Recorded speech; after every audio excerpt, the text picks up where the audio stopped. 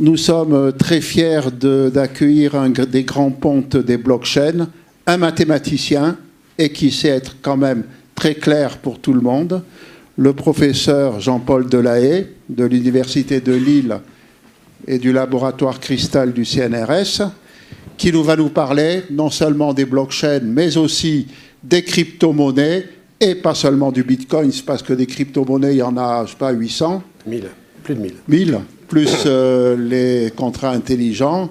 Et donc, il y aura environ une demi-heure à la fin pour les questions-réponses de la salle. Jean-Paul, à toi. Merci, bonjour. Je suis très heureux d'être parmi vous et puis très fier d'être invité ces lundis de l'IE. Alors, je vais parler de... Non, je crois que mon micro marche.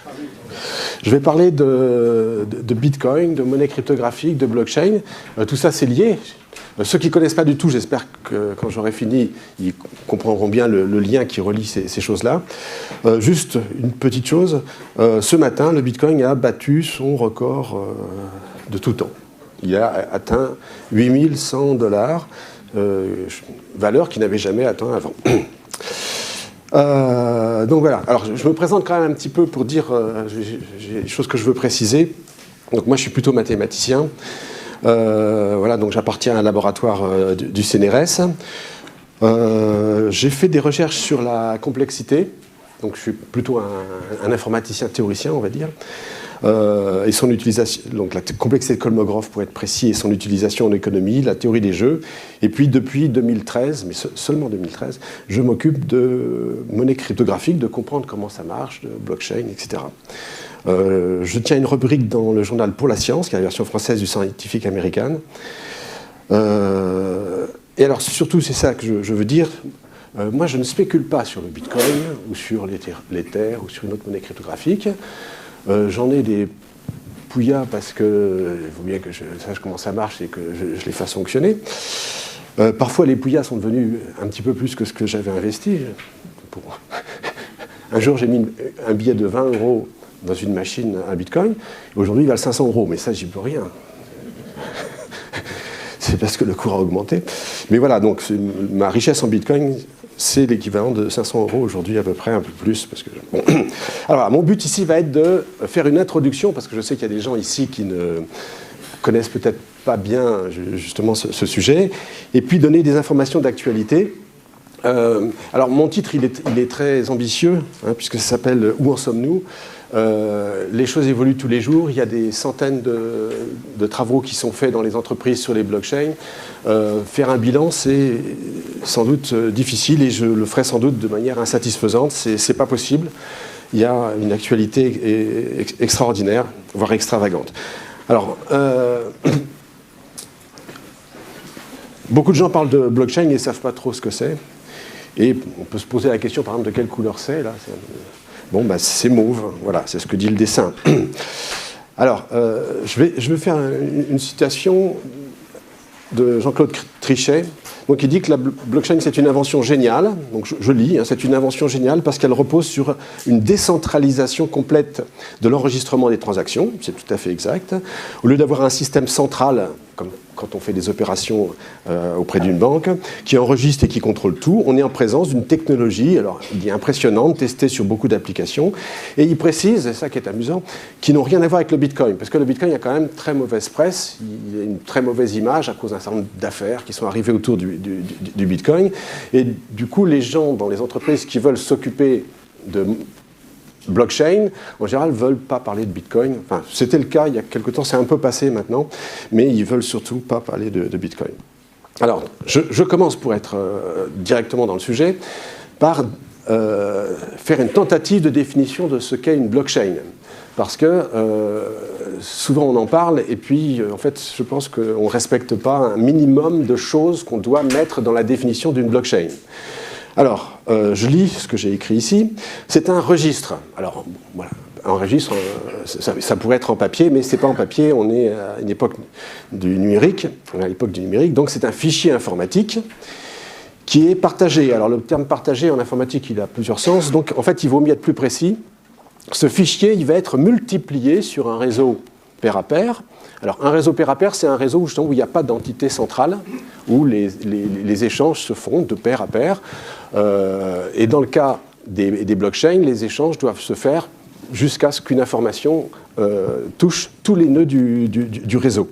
Donc, multiplier sur un réseau pair à pair, ça va signifier la chose suivante, ça veut dire que chaque nœud du réseau, dans le cas du Bitcoin, ce sera chaque nœud principal du réseau, va détenir une copie de ce fichier.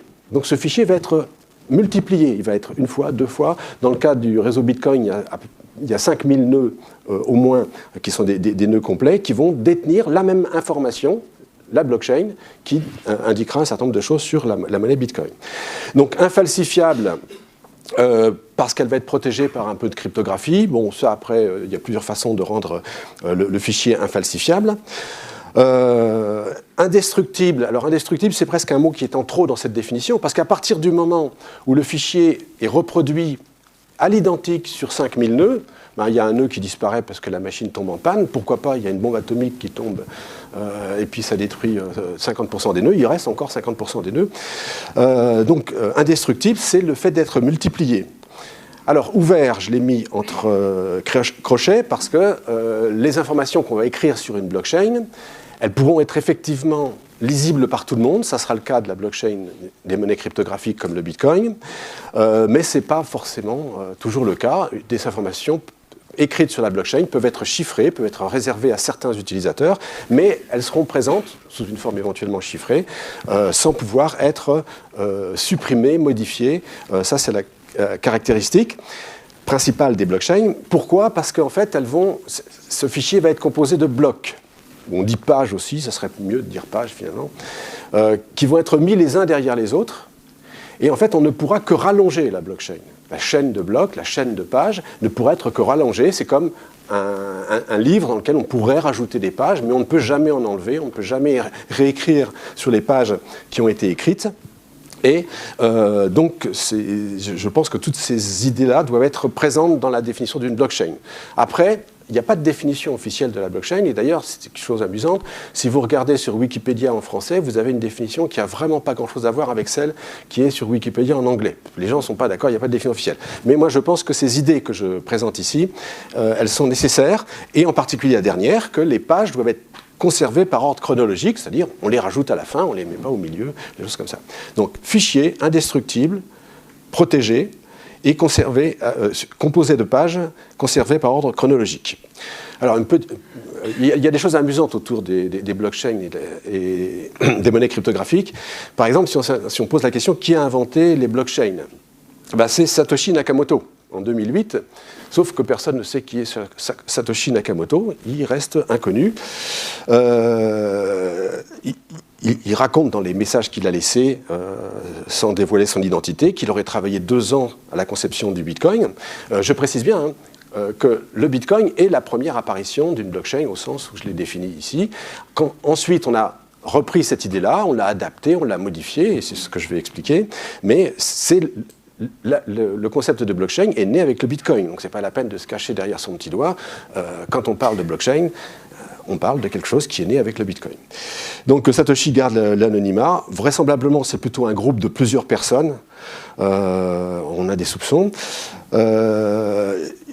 Nakamoto possède de très bonnes connaissances en cryptographie. Quand on voit le document dans lequel il décrit le protocole Bitcoin, c'est clair qu'il connaît bien la cryptographie. Alors on spécule, on étudie le style qui a été utilisé. Et puis chose amusante, c'est que Nakamoto posséderait vraisemblablement 5% des bitcoins qui ont été émis. Et ce qui est bizarre, c'est que ces 5% ou un peu plus sont sur un compte qui ne bouge jamais. En fait, il n'a jamais dépensé l'argent qu'il a gagné. C'est étrange. Alors, ça pourrait être un certain Ixabo, mais ce n'est pas sûr. Enfin, quand on pose la question à Ixabo, est-ce que c'est vous, Satoshi Nakamoto, il dit non. Donc, voilà. Ça pourrait être Al Finney, mais Finney est mort, donc ça peut pas, on ne pourra plus lui poser la question. Il y a quelqu'un qui prétend être Satoshi Nakamoto, c'est Craig Wright, mais c'est certainement pas lui, parce que les arguments qu'il a voulu donner pour prouver que c'était lui, on s'est aperçu qu'ils étaient falsifiés, donc c'est très certainement pas lui. Alors, je vais décrire de manière un petit peu abstraite, en lisant simplement une citation de Caso et Soudoplatov, en quoi la technologie blockchain est révolutionnaire. Donc là où le monde ancien ne pensait qu'en mode de diffusion, et surtout diffusion de masse, l'Internet a montré que tout le monde pouvait être créateur et diffuseur de contenu. Tout le monde peut écrire des pages et les rendre publiques.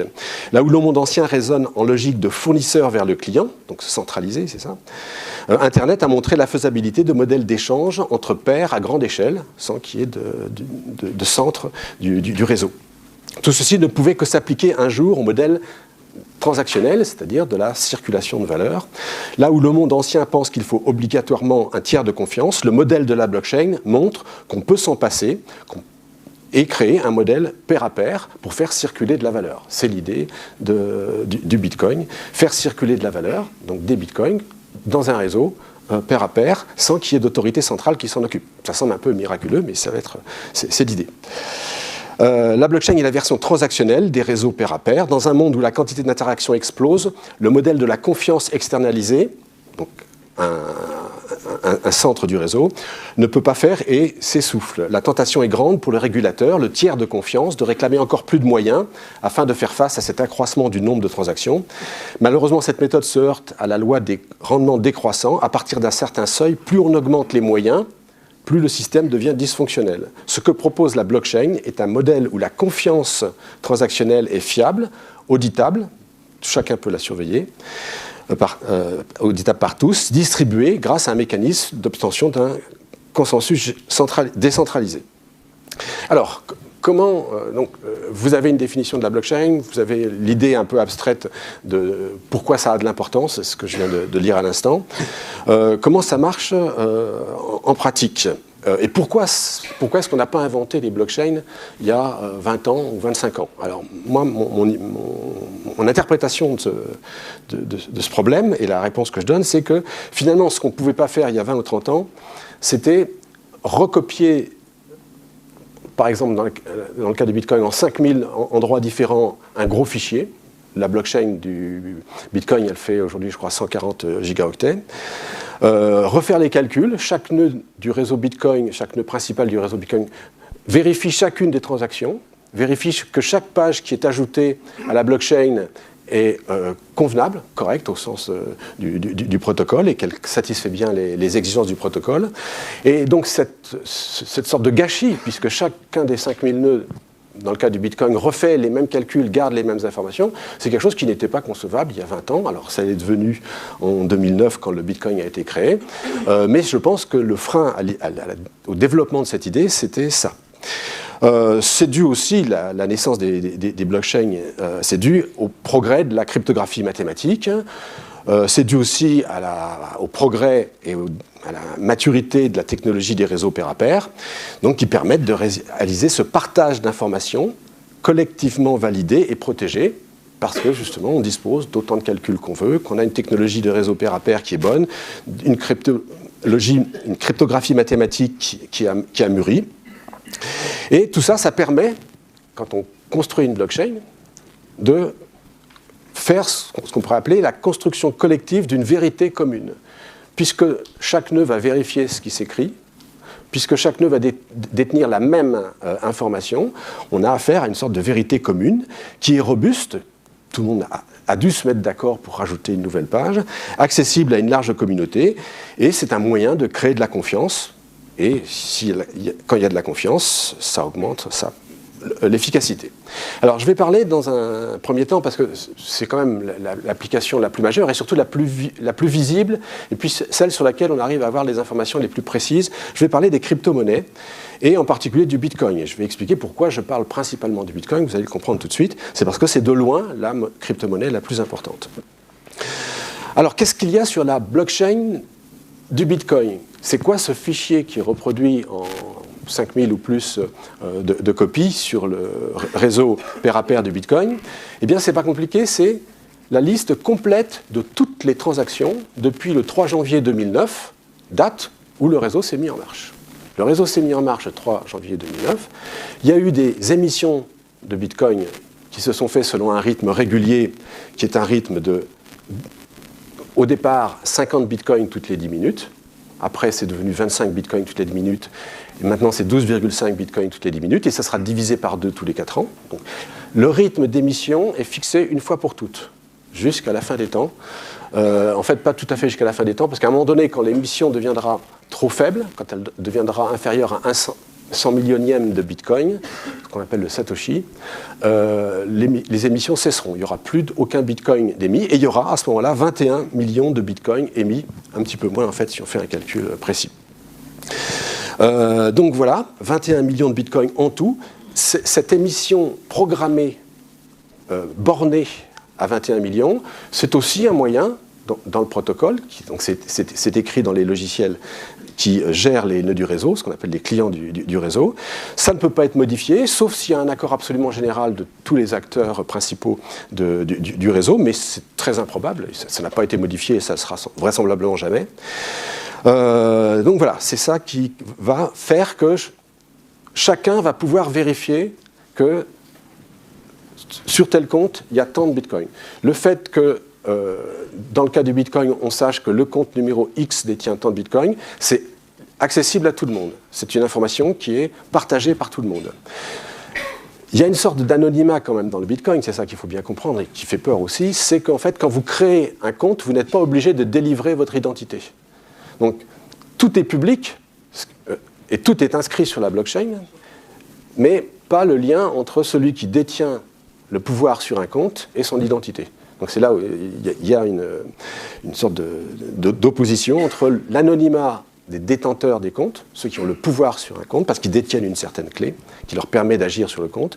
Et puis, tout est public, sinon vous pouvez savoir, vous pouvez suivre ce qui se passe sur un compte, que tel compte... Alors ça, c'est d'ailleurs un moyen, éventuellement, de repérer des trafics et de suivre ceux qui dépensent ou qui déplacent des grosses sommes d'argent et pourquoi pas après d'aller les arrêter après. Donc l'anonymat, il n'est pas absolument complet puisqu'on peut suivre toutes les transactions.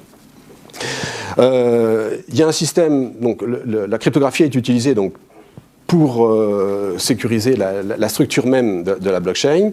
Elle est utilisée aussi, la cryptographie mathématique que j'évoquais tout à l'heure, pour gérer les transactions qui vont être signées. Et c'est ce système de signature, c'est un système de signature à double clé, ceux qui connaissent savent bien de quoi il s'agit, l'intérêt que ça a. Il y a un système qui, lui, est beaucoup plus discutable, qui est un système qu'on appelle de preuve de travail, qui va décider à qui sont attribués les nouveaux bitcoins qui sont créés. Je vous ai dit qu'aujourd'hui, toutes les 10 minutes, il y a 12,5 bitcoins qui sont créés, à partir de rien, c'est qu'ils sont créés ex nihilo, et qui vont être attribués à l'un des nœuds principaux du réseau, qui prend en charge la blockchain et qui gère les transactions et des pages, etc., le rajout des pages. Et donc il y a un système pour distribuer, pour désigner celui qui va gagner toutes les 10 minutes, et c'est ce qu'on appelle un système de preuve de travail. J'en reparlerai un peu plus loin parce que c'est quelque chose qui est très important, surtout pour la dépense d'électricité. Et ça fonctionne, c'est ce qu'on peut appeler le mécanisme d'incitation. Puisqu'il n'y a pas d'autorité centrale, puisqu'il y a quand même un travail à faire circuler les transactions et puis garder une copie de la blockchain en plusieurs nœuds si possible, donc en 5000 à peu près dans le cas du Bitcoin, il faut qu'il y ait un mécanisme d'incitation. Le mécanisme d'incitation, je viens de vous le décrire, c'est l'attribution à l'un des nœuds qui gère le réseau Bitcoin de 12,5 Bitcoins toutes les 10 minutes. Avant, c'était 50 ou 25, etc. Donc, c'est une conception générale du protocole qui a été décrite par Satoshi Nakamoto et qui fonctionne bien, puisque, alors, il ne faut pas mélanger deux choses. L'usage qu'on peut faire des bitcoins peut être frauduleux. Comme le bitcoin, d'une certaine façon, c'est une forme d'argent liquide numérique. Vous pouvez faire toutes sortes de trafics avec l'argent liquide, ça sert à ça d'ailleurs, beaucoup l'argent liquide, avec les bitcoins aussi, évidemment. Mais ce n'est pas le protocole qui est en cause. Là, c'est l'usage que le font. Et donc, il y a une confusion et parfois la mauvaise image des monnaies numériques, des crypto-numériques, c'est l'usage qui est fait, et puis un certain nombre d'affaires, des banques d'échanges qui ont fait faillite, des choses comme ça. Il y a eu un certain nombre d'affaires autour du Bitcoin qui ont créé une mauvaise image. Mais si on s'interroge sur le protocole défini par Nakamoto, ça fait bientôt 9 ans, au mois de janvier prochain, qu'il fonctionne parfaitement. Parfaitement, avec des incidents. Il y a eu quelques incidents, mais très très minimes, et qui ont tout de suite été maîtrisés. Alors, Christine Lagarde s'est récemment exprimée sur les monnaies cryptographiques, les monnaies virtuelles, elle dit. Et ce qu'elle dit, moi, je trouve, est très juste. Elle a dû être très bien conseillée, ou alors elle a très bien compris tout, toute seule. Les monnaies virtuelles produisent leur propre unité de compte, le bitcoin, leur propre système de paiement. On peut faire circuler les bitcoins. Ces systèmes permettent des transactions de pair à pair, sans chambre de compensation, sans banque centrale. Tout ça, c'est parfaitement exact. À l'heure actuelle, les monnaies virtuelles comme Bitcoin ne représentent pas encore une menace pour l'ordre existant des monnaies fiduciaires et des banques centrales. Et je vais justifier cette affirmation. Alors, elle continue. Pourquoi ? Parce qu'elles sont trop volatiles, trop risquées, trop énergivores, parce que les technologies sous-jacentes ne sont pas suffisamment scalables, c'est-à-dire envisageables à plus grande échelle, que beaucoup d'entre elles sont trop opaques pour les régulateurs et que certaines ont été piratées. Là, c'est pas très clair parce que certaines petites monnaies cryptographiques ont été piratées, mais les grandes, non, pas vraiment. Beaucoup de ces défauts ne sont que des défis technologiques qui pourraient être surmontés avec le temps. Je trouve que c'est une bonne façon de voir les choses qui est assez exacte. Alors, soyons très concrets. J'ai fait mes transparents hier matin, donc vous avez les cours d'hier matin, pas de tout de suite. Il y a plus de 1000 crypto-monnaies qui ont été émises. Parce que quand une idée est bonne, elle est tout de suite copiée. Et comme justement les codes qui permettent de faire fonctionner le réseau Bitcoin sont open source, bah, c'est encore plus facile à copier. Il suffit juste de changer quelques mots, etc. Puis on a tout de suite une autre crypto-monnaie. Il faut trouver des nœuds qui acceptent de participer à la gestion de cette nouvelle crypto-monnaie si on en crée une. Mais bon, a priori, c'est très facile à copier. Donc il y a plus de 1000. Mais dans la réalité, il n'y en a qu'un petit nombre qui sont importantes. Et alors, ce qu'il faut regarder, ce sont les chiffres qui sont ici. Donc, c'est des milliards de dollars. Donc, le Bitcoin, aujourd'hui, si on comptabilise, il y a à peu près 16,5 millions de Bitcoins qui ont été émis. Leur valeur totale, c'est 128 milliards de dollars. Je préfère toujours parler en dollars. Hein. Vous faites la conversion si vous voulez. La seconde monnaie cryptographique, qui est l'Ether, émis par le réseau Ethereum. Elle pesait hier matin, c'est vrai, mais ça n'a pas beaucoup changé, 35 milliards de dollars. Donc c'est déjà, je ne sais pas, 4 fois moins. La troisième monnaie cryptographique, qui est le Bitcoin Cash, alors ça c'est une imitation presque point par point, sauf sur un seul point, je vais l'évoquer tout à l'heure, le Bitcoin Cash qui est né le 1er août 2017. Donc il est tout récent et il vaut déjà 20 milliards de dollars. Et je vais essayer d'expliquer pourquoi, ça fait partie des choses concernant l'actualité. Ensuite, il y a une autre monnaie cryptographique qui s'appelle Ripple, qui est un petit peu spéciale, qui est, on va dire, pas totalement décentralisée. Donc ça rassure un certain nombre d'acteurs, et en particulier des banques, qui aiment bien le Ripple. Mais déjà, c'est beaucoup moins. Hein. C'est 8 milliards par rapport à 128 milliards sur le Bitcoin. Et puis Litecoin, etc. Et ça continue, ça continue, ça continue. En tout, la capitalisation totale de toutes les crypto-monnaies, c'est 233 milliards, on va dire 200 milliards, dont 120 pour le Bitcoin. Donc vous voyez bien que le Bitcoin, il domine très largement. C'est ce que représente ce schéma-là. Et il est intéressant parce qu'il montre, donc ça c'est des éléments d'actualité, l'évolution qu'il y a. Si on prend en 2013, je ne sais pas si on voit très bien, donc si on prend ce qui se passait en 2013, à cette époque-là, le Bitcoin, parmi toutes les crypto-monnaies, il représentait plus de 90% de la capitalisation de toutes les crypto-monnaies. Et puis, il a perdu, c'est un peu érodé. Il y a d'autres crypto-monnaies qui sont apparues, qui ont semblé intéressantes, sur lesquelles les gens ont misé ou spéculé, si vous préférez. À un moment donné, d'ailleurs, c'était étonnant, ça c'était il y a quelques mois, il y a une actualité très agitée toujours autour. La proportion de 90 qui était déjà passée à 80, elle est descendue en dessous de 50, au profit d'une monnaie qui est la numéro 2 aujourd'hui, qui est l'Ether du réseau Ethereum. Et puis, il y a une sorte de désaffection relative pour les Ethers, je dis relative, hein, puisque, comme vous le voyez, dans les derniers mois, l'Ether a baissé et le Bitcoin est remonté aux alentours de 50-60%, ça dépend un petit peu des semaines, d'importance parmi la capitalisation. Donc le Bitcoin a perdu. Pourquoi? Voilà, c'est des choses dont on peut discuter, qu'il est intéressant de discuter. Alors, autre élément d'actualité, mais qui est plutôt effrayant, je trouve, qui n'est pas tellement rassurant. En un an, donc j'ai regardé du 19 novembre 2016, où le Bitcoin valait 751 $ jusqu'au 19 novembre 2017, où il valait 7694 $ vers 10 h du matin. Aujourd'hui, il a dépassé 8000. Donc le cours a été multiplié par 10. Vous serez d'accord avec moi que c'est plutôt un peu effrayant. Comment quelque chose peut-il être multiplié par 10 en un an? Voilà. L'Ethereum, c'est pire, ou c'est mieux, si on en a.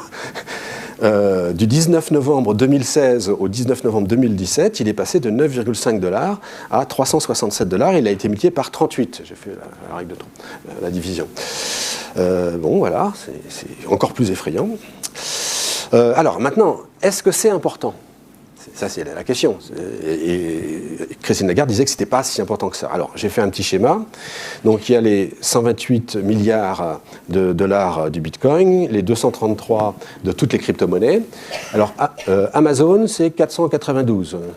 Apple, c'est 700 et des poussières, 800. Voilà. Alors, c'est pas ça le plus intéressant, c'est comparons au dollar. Alors, le dollar, il y a plusieurs façons de comparer. Intéressons-nous à ce qui est le plus concret, c'est les billets et les pièces qui circulent en dollars.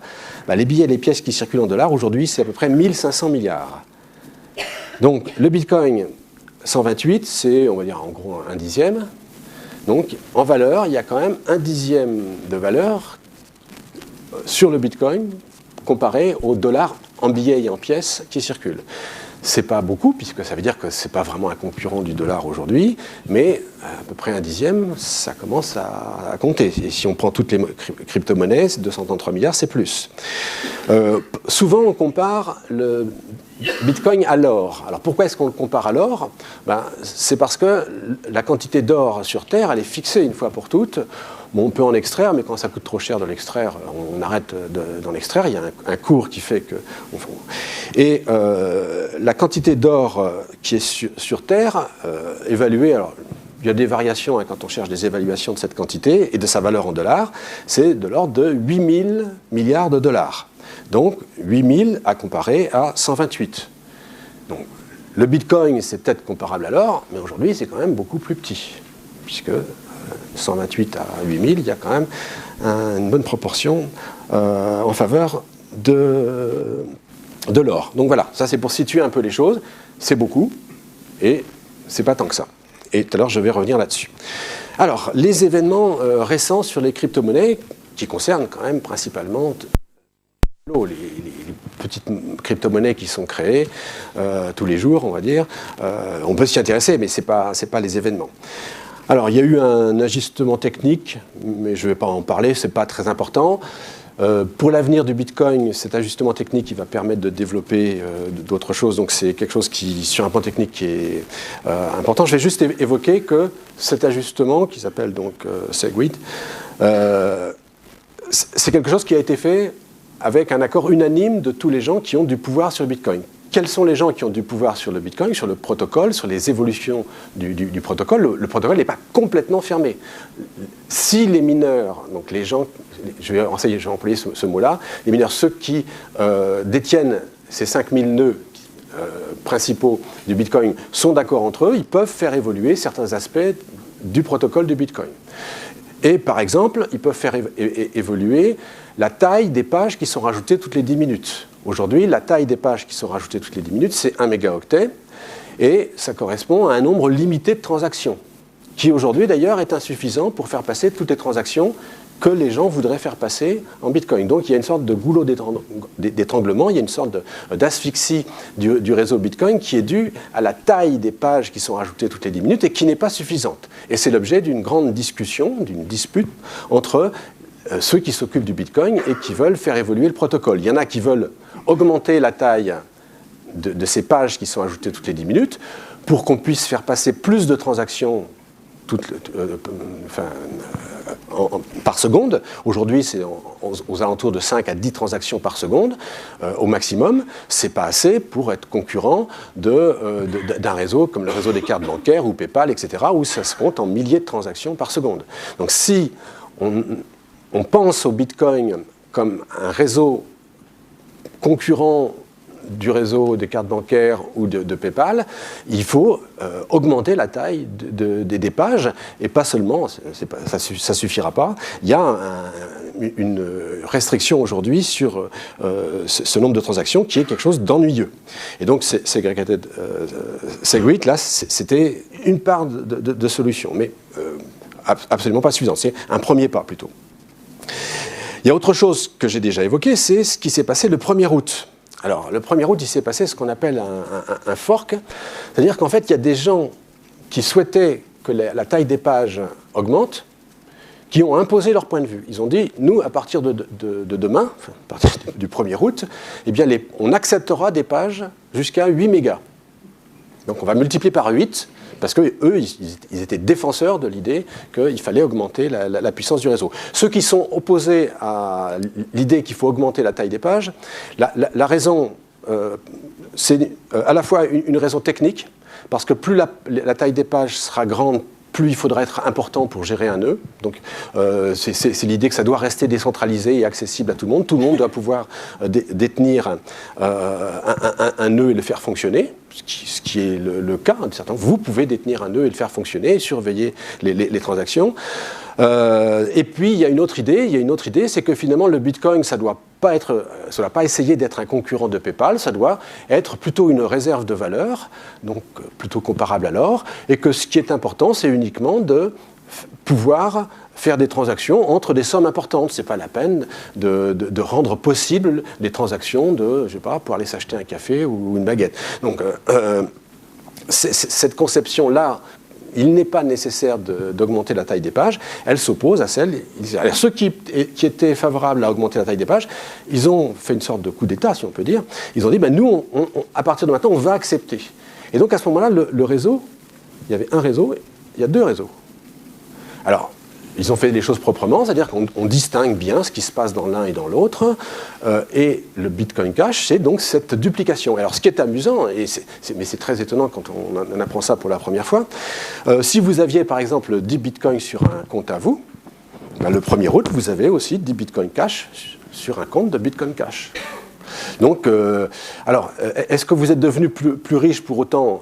Alors ça dépend de la façon dont les cours évoluent. A priori, l'idée, c'est que comme la confiance qu'on a dans le réseau, si le réseau se coupe en deux, eh bien, elle va être divisée en deux. A priori, c'est l'idée qu'on va avoir. Et donc, quand il y a un fork comme ça, a priori, la somme des valeurs du Bitcoin et de celui qui fait la sécession, là, ça va, en gros, devenir la même chose. Mais enfin, comme le cours du Bitcoin évolue très vite, en fait, c'est pas ça qui s'est produit. Et en gros, ça a plutôt été un bénéfice. Et donc, les Bitcoin Cash, c'est quelque chose qui sont venus en plus. Si vous aviez des Bitcoins, vous aviez des Bitcoin Cash. J'ai des Bitcoin Cash, du coup, puisque j'en avais avant, en très petite quantité, mais j'en ai. C'est un petit peu bizarre. C'est comme ça. Alors, il y a quelque chose qu'il faut signaler, c'est qu'avant que ce fork se produise, tout le monde était inquiet. Parce qu'il était annoncé, donc et ça va faire perdre la confiance dans le Bitcoin. Le cours va s'effondrer dans les jours qui suivent, etc., parce que les gens ne vont pas comprendre ce fork, etc. Ça ne s'est pas produit. Et aujourd'hui, finalement, alors c'est facile rétrospectivement d'interpréter les choses comme ça, tout le monde dit le Bitcoin Cash, finalement, ça n'est qu'une monnaie cryptographique nouvelle qui est née d'une manière un peu spéciale, puisqu'elle est née en dupliquant tout ce qui existait sur la blockchain à l'instant de sa naissance, ce qui n'est pas le cas en général des autres monnaies cryptographiques quand elles apparaissent. Mais finalement, ça n'est qu'une monnaie cryptographique de plus, qui a su bien tirer son épingle du jeu, puisque aujourd'hui, elle vaut 1 190 $, ou plutôt hier. Ah non, c'est le 17, je ne sais pas pourquoi. Et en capitalisation, c'est à peu près 1/5 du Bitcoin. Voilà, donc ça, c'est un fork qui a marché tout récemment, le 1er août 2017. Et ça n'a pas déstabilisé, ça n'a pas fait perdre la confiance dans le Bitcoin. C'est une chose qui était un peu surprenante sur le coup. Il y a eu un autre fork qui a été fait en 2 temps. Alors je ne vais pas donner de détails. On va dire que celui-là, il marche moins bien, parce qu'il était fait de manière un petit peu sournoise. Les gens qui ont fait ça, bon. Mais leur idée, eux, c'était pas la même. Leur idée, c'était de dire, voilà, quand on veut participer au réseau Bitcoin, on augmente ses chances d'être celui qui va gagner les 12,5 bitcoins distribués toutes les 10 minutes en fonction de la puissance de calcul dont on dispose pour calculer la fonction SHA 256. Je vais en parler, vous n'avez pas besoin de savoir ce que c'est, mais plus vous êtes capable de calculer vite la fonction SHA 256, plus vous aurez une forte probabilité, meilleure sera votre probabilité, c'est proportionnel d'ailleurs, à la capacité que vous avez de calculer cette fonction SHA 256. Et donc, il y a une course à la puissance de calcul du SHA 256 qui est née de cette situation-là, et aujourd'hui, il y a des quantités colossales de calculs qui sont faits, chacun des nœuds voulant être celui qui est désigné pour gagner les 12,5. Et c'est quelque chose qui n'a de sens aujourd'hui. Alors au départ, tout le monde pouvait, ce qu'on appelle miner, c'est-à-dire participer à cette recherche de Bitcoin. Enfin, les Bitcoins qui sont émis, on pourrait dire qu'ils sont extraits, comme on extrait de l'or d'une mine, donc c'est pour ça qu'on parle de minage. Et chacun pouvait sur son ordinateur personnel miner des Bitcoins s'il voulait. Aujourd'hui, c'est plus le cas, parce que pour miner des Bitcoins, il faut avoir des puces spécialisées, il faut avoir une puissance électrique importante à sa disposition, sinon vous n'avez aucune chance de gagner quoi que ce soit. Et vous allez dépenser plus d'argent en électricité que vous n'allez gagner d'argent avec les bitcoins récupérés par votre minage. Et donc les gens du Bitcoin Gold, eux, ont dit, il faut changer un petit peu ça, donc ils ont introduit une variante de l'algorithme qui fait la distribution des bitcoins, mais ça n'a pas très bien marché pour d'autres raisons. Et puis il s'est passé un autre événement, alors, mais je ne vais pas le donner de détails, sinon je vais parler que de ça, tout récemment. Il y a un autre fork qui était prévu, mais qui était un fork technique, et en gros qui était validé pratiquement par la communauté des gens qui sont susceptibles de peser sur ce type de décision. Et puis au dernier moment, pour des raisons de danger créées par ce fork, tout le monde a renoncé. Et donc ce fork n'a pas eu lieu, alors qu'il était prévu pour la semaine dernière. Je n'insiste pas plus là-dessus parce que je veux raconter d'autres choses. Alors, si on regarde le cours du Bitcoin sur les 3 derniers mois, il s'est produit plusieurs accidents que j'évoque vraiment très rapidement parce qu'on peut analyser la courbe comme ça indéfiniment. Là, il y a quand même une baisse. Donc, au départ, il était aux alentours de 3000 et des poussières, 3000, 4000. Et puis, il y a eu une sorte de faiblesse là qui est due à un événement bien précis et bien identifiable, c'est qu'en Chine, le gouvernement a interdit, ou a indiqué qu'il allait interdire, les plateformes d'échange entre Bitcoin et les autres monnaies. Et cette attaque des autorités chinoises sur les plateformes d'échange, ça a créé une sorte de panique, puisque la Chine joue un rôle important, je vais y revenir, dans le fonctionnement du Bitcoin. Et puis voilà, donc tout le monde a eu peur un peu, ceux qui spéculent ont eu peur, donc ça a fait baisser le cours assez brusquement. Après il a remonté, bon il y a eu d'autres incidents, j'en parle pas. Et ça, cette baisse ici, ça s'est produit au moment où on a renoncé au fork Segwit 2x là. Pourquoi ? Parce que quand on y a renoncé, les gens, le fork Segwit 2x, il s'apprêtait en particulier à doubler la taille des pages. On allait passer de 1 méga à 2 mégas. Et donc, ceux qui sont pour que la taille des pages augmente ont été mécontents. Et donc, ils ont un peu misé tout d'un coup sur le Bitcoin Cash. Ça a fait un à-coup. Puis finalement, bon, ça s'est résolu.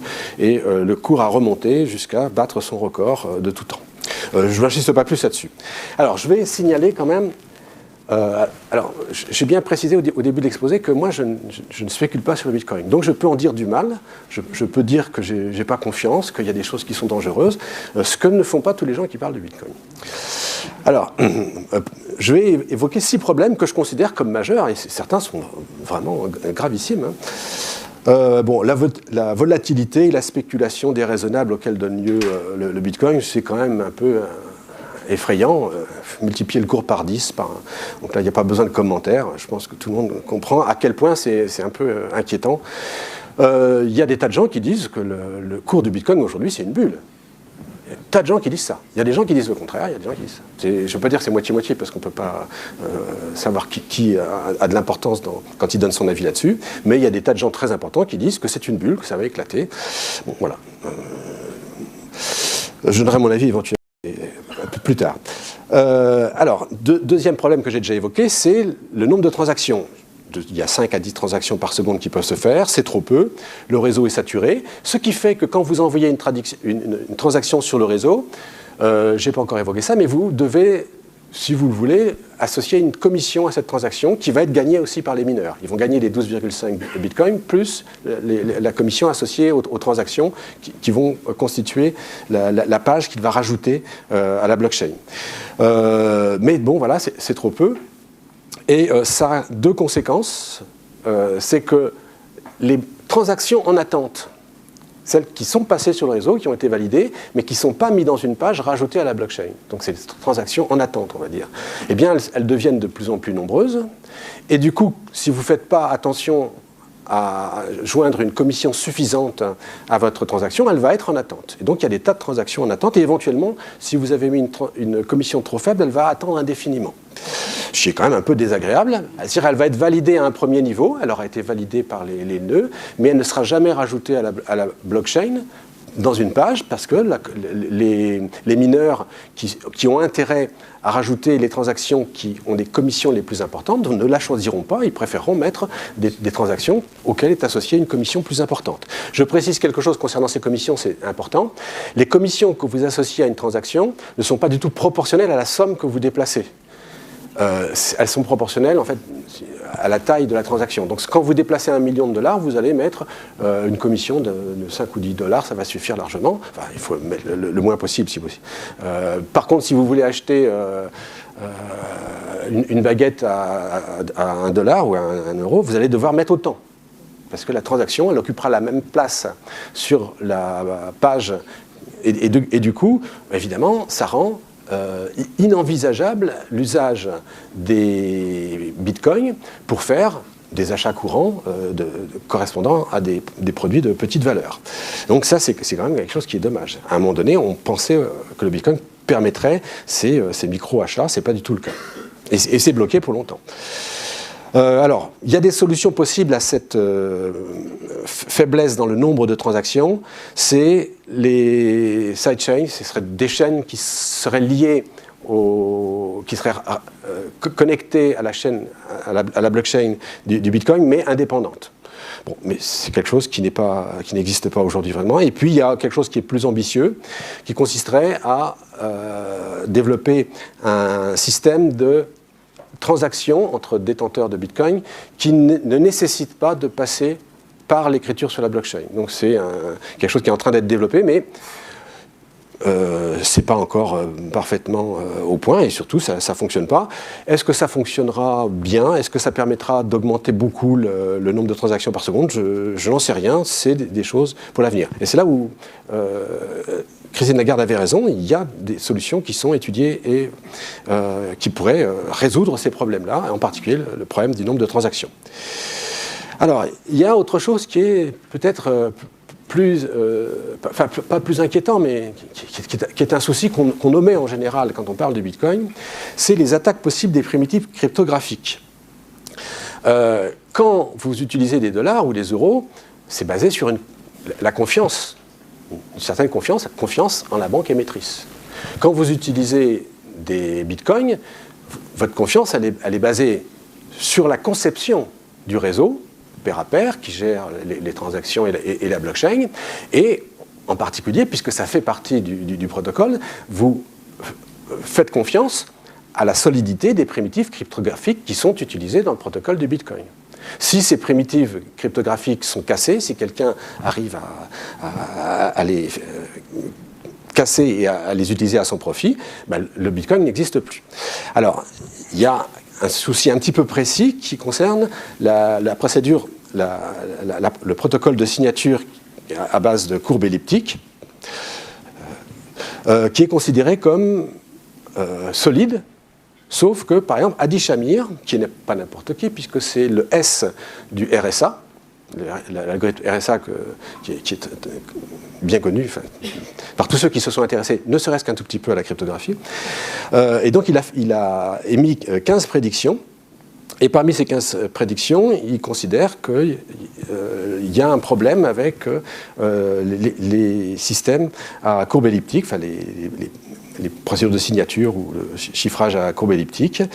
Et la raison qu'il donne, c'est que la NSA, qui s'occupe de nous espionner, mais aussi de suivre tous les progrès de la cryptographie et toutes les faiblesses de la cryptographie, aujourd'hui, elle semble s'éloigner de ces systèmes à courbe elliptique sans donner d'explication. Alors c'est un peu inquiétant, voilà, d'après lui. D'ailleurs, autre prédiction d'Adi Shamir, quand il parle du Bitcoin, il dit que le Bitcoin ne tiendra pas, mais par contre, il laissera une descendance. Bon. Donc, c'est le Bitcoin, non, mais alors c'est pas très clair. Est-ce que ça concerne d'autres monnaies cryptographiques qui seraient basées sur des idées comparables à celles du Bitcoin, ou est-ce que ça correspond plus généralement au blockchain? Je ne sais pas. Voilà. Donc voilà, ça c'est un problème qu'on nommait souvent, mais qui peut-être pas totalement négligeable. Quatrième problème grave concernant le Bitcoin et d'autres monnaies cryptographiques, c'est que le minage, c'est le fait de détenir un réseau, d'avoir une puissance de calcul et plus vous avez cette puissance de calcul, plus vous avez un pouvoir, en particulier de décision sur l'évolution du protocole, sur le Bitcoin. Eh bien, ce qui est quand même inquiétant, c'est qu'il y a 80% du minage qui est fait en Chine, sur lequel le gouvernement chinois pourrait très bien exercer une autorité. Et à ce moment-là, le gouvernement chinois disposerait de 80% du pouvoir sur le Bitcoin, il ferait ce qu'il voudrait du Bitcoin. Donc ça, alors c'est peut-être pas son intérêt, parce qu'il pourrait surtout le faire s'écrouler s'il commençait à exercer trop d'autorité sur les usines de minage qu'il y a en Chine, mais c'est un problème quand même, on ne peut pas le négliger non plus. Cinquième problème, finalement, il y a un problème de gouvernance de manière générale dans le Bitcoin, puisqu'il y a des intérêts qui ne sont pas parallèles exactement entre les mineurs, donc ceux qui détiennent cette puissance de calcul du SHA 256, etc., et qui donc ont le pouvoir aujourd'hui principalement sur le Bitcoin, enfin principalement ont le pouvoir sur le Bitcoin. Les développeurs qui, eux, peuvent vouloir le faire évoluer dans un sens ou dans un autre. Par exemple, ils peuvent rester fidèles à l'idée que le Bitcoin devrait permettre des achats de petites valeurs sans qu'il y ait des commissions importantes à associer, ce qui les rend impossibles. Et les utilisateurs qui, eux, peuvent avoir des intérêts aussi différents, et en particulier l'intérêt de ne pas avoir à attendre, de ne pas attendre qu'une transaction passe pendant des heures ou des jours, ou voire jamais. Donc il y a des intérêts divergents, et finalement la conception implicite de la gouvernance du Bitcoin, c'est que ce sont les mineurs qui détiennent l'essentiel du pouvoir. Donc voilà, j'ai parlé de conceptions différentes. Est-ce que c'est une sorte d'or? Est-ce que ça doit être une sorte de PayPal? Ce sont deux conceptions différentes, mais aujourd'hui c'est plutôt une sorte d'or qui s'impose. Et puis, dernier point que je veux évoquer avec un certain soin, c'est l'énergie dépensée par le minage. On en parle souvent, mais souvent on commet des erreurs quand on parle de cette énergie. Je vais expliquer.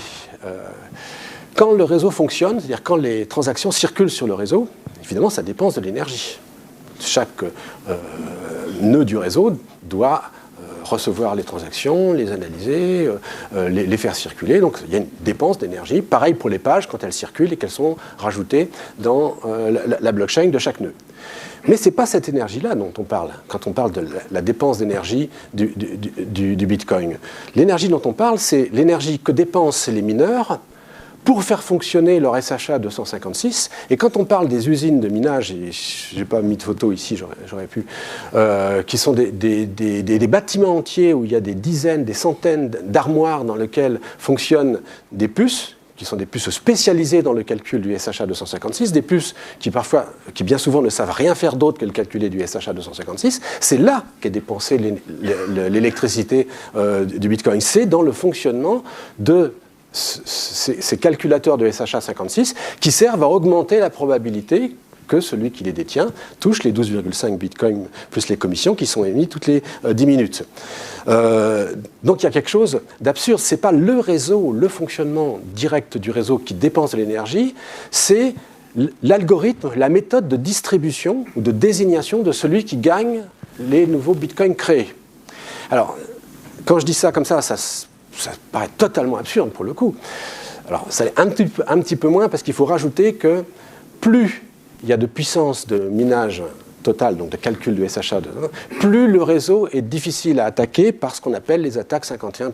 Je ne donne pas de détails, mais voilà. Donc cette puissance de calcul, elle sert quand même à protéger le réseau contre certaines attaques.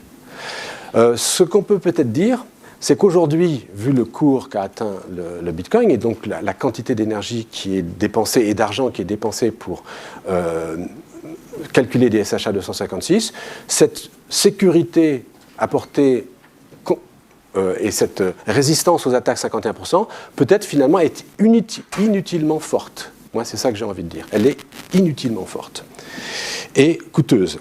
Alors, je vais m'amuser ici à faire un petit raisonnement. Il sera contesté par des gens, mais sur le fond, je pense qu'il est indubitable. Aujourd'hui, il y a 28... Alors, ce sont des évaluations, parce qu'on ne peut pas savoir très précisément combien dépense d'électricité la puce que vous utilisez, vous. Personne ne vous oblige à dire combien elle dépense d'électricité quand vous la faites fonctionner. Mais on peut faire des évaluations, il y a des méthodes, et elles peuvent être plus ou moins précises. Voilà. Aujourd'hui, donc, on évalue qu'il y a 28 TWh par an d'énergie qui sont dépensés pour faire fonctionner non pas le réseau, j'ai bien expliqué, mais les calculs du SHA 256.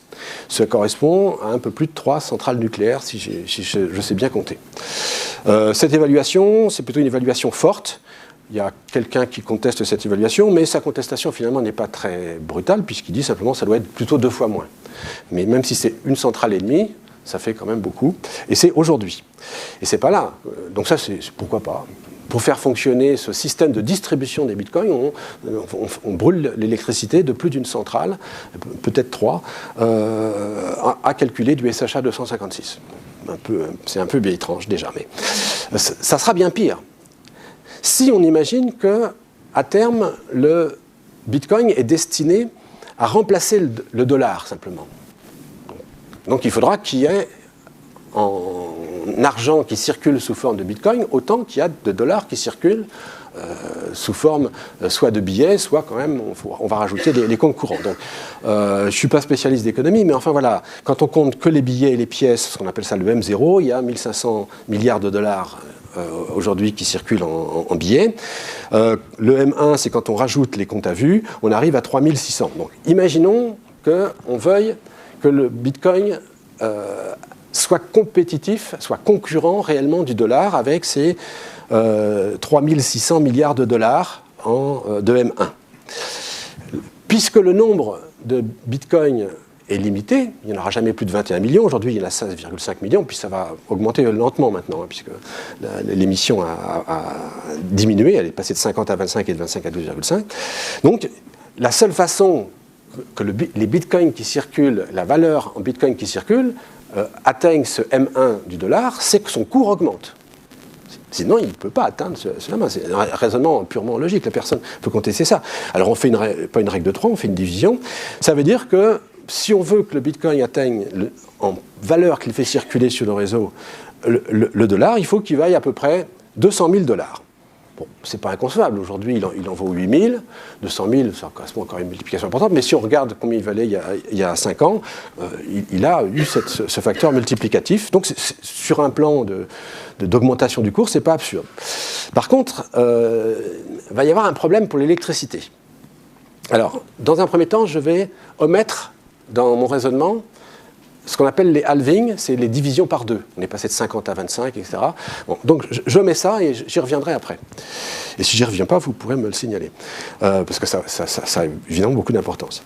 Alors, donc si on omet les halvings, donc si on omet ces divisions par 2, quand il y aura quand le bitcoin vaudra à peu près 200 000 dollars, il y aura à peu près le gain annuel des mineurs sera à peu près de 150 milliards de dollars. Il suffit simplement de multiplier 12,5 par 6, c'est le gain par heure, par 24, c'est le gain par jour, et par 365, c'est le gain par année, et on arrive à 150 milliards de dollars. Donc les mineurs gagneront 150 milliards de dollars chaque année. Il y a une compétition entre les mineurs. Donc les mineurs sont prêts à investir dans de nouvelles machines, dans une dépense d'électricité, tant que ce qu'ils gagnent est supérieur à ce qu'ils investissent, à ce qu'ils dépensent. Donc, à peu de choses près, ils seront prêts à dépenser 150 milliards de dollars pour miner. Disons peut-être un petit peu moins pour qu'il leur reste un certain bénéfice. Donc 140, mais enfin bon, arrondissons, 150, de toute façon ce n'est pas des chiffres extrêmement précis. Alors ensuite, sur cet argent qu'ils vont être prêts à dépenser pour miner, il faut évaluer quelle est la proportion qui est dépensée en électricité. Alors là, il y a plusieurs façons de faire cette évaluation. Les chiffres varient de 30 à 60%, admettons 50%. Ça veut dire que les mineurs vont être prêts à dépenser jusqu'à 75 milliards par an pour de l'électricité pour faire fonctionner leur concurrence entre eux là, et se faire attribuer les bitcoins qui sont émis. Alors en admettant un coût du dollar à 0,05 $, c'est pas cher, mais c'est effectivement ce qui se produit aujourd'hui quand les mineurs en Chine achètent de l'électricité, ils ne la payent pas à 12 centimes comme nous on la paye en France. Donc prendre le cours de 0,5, c'est assez raisonnable. Et je sais pas, les gens qui réfléchissent à ça sont d'accord pour prendre un chiffre de cet ordre-là. Donc, au bout du compte, voilà, on va dépenser combien de térawattheures par an? Eh bien, 1500 térawattheures par an. Aujourd'hui, je rappelle, on en est à 28.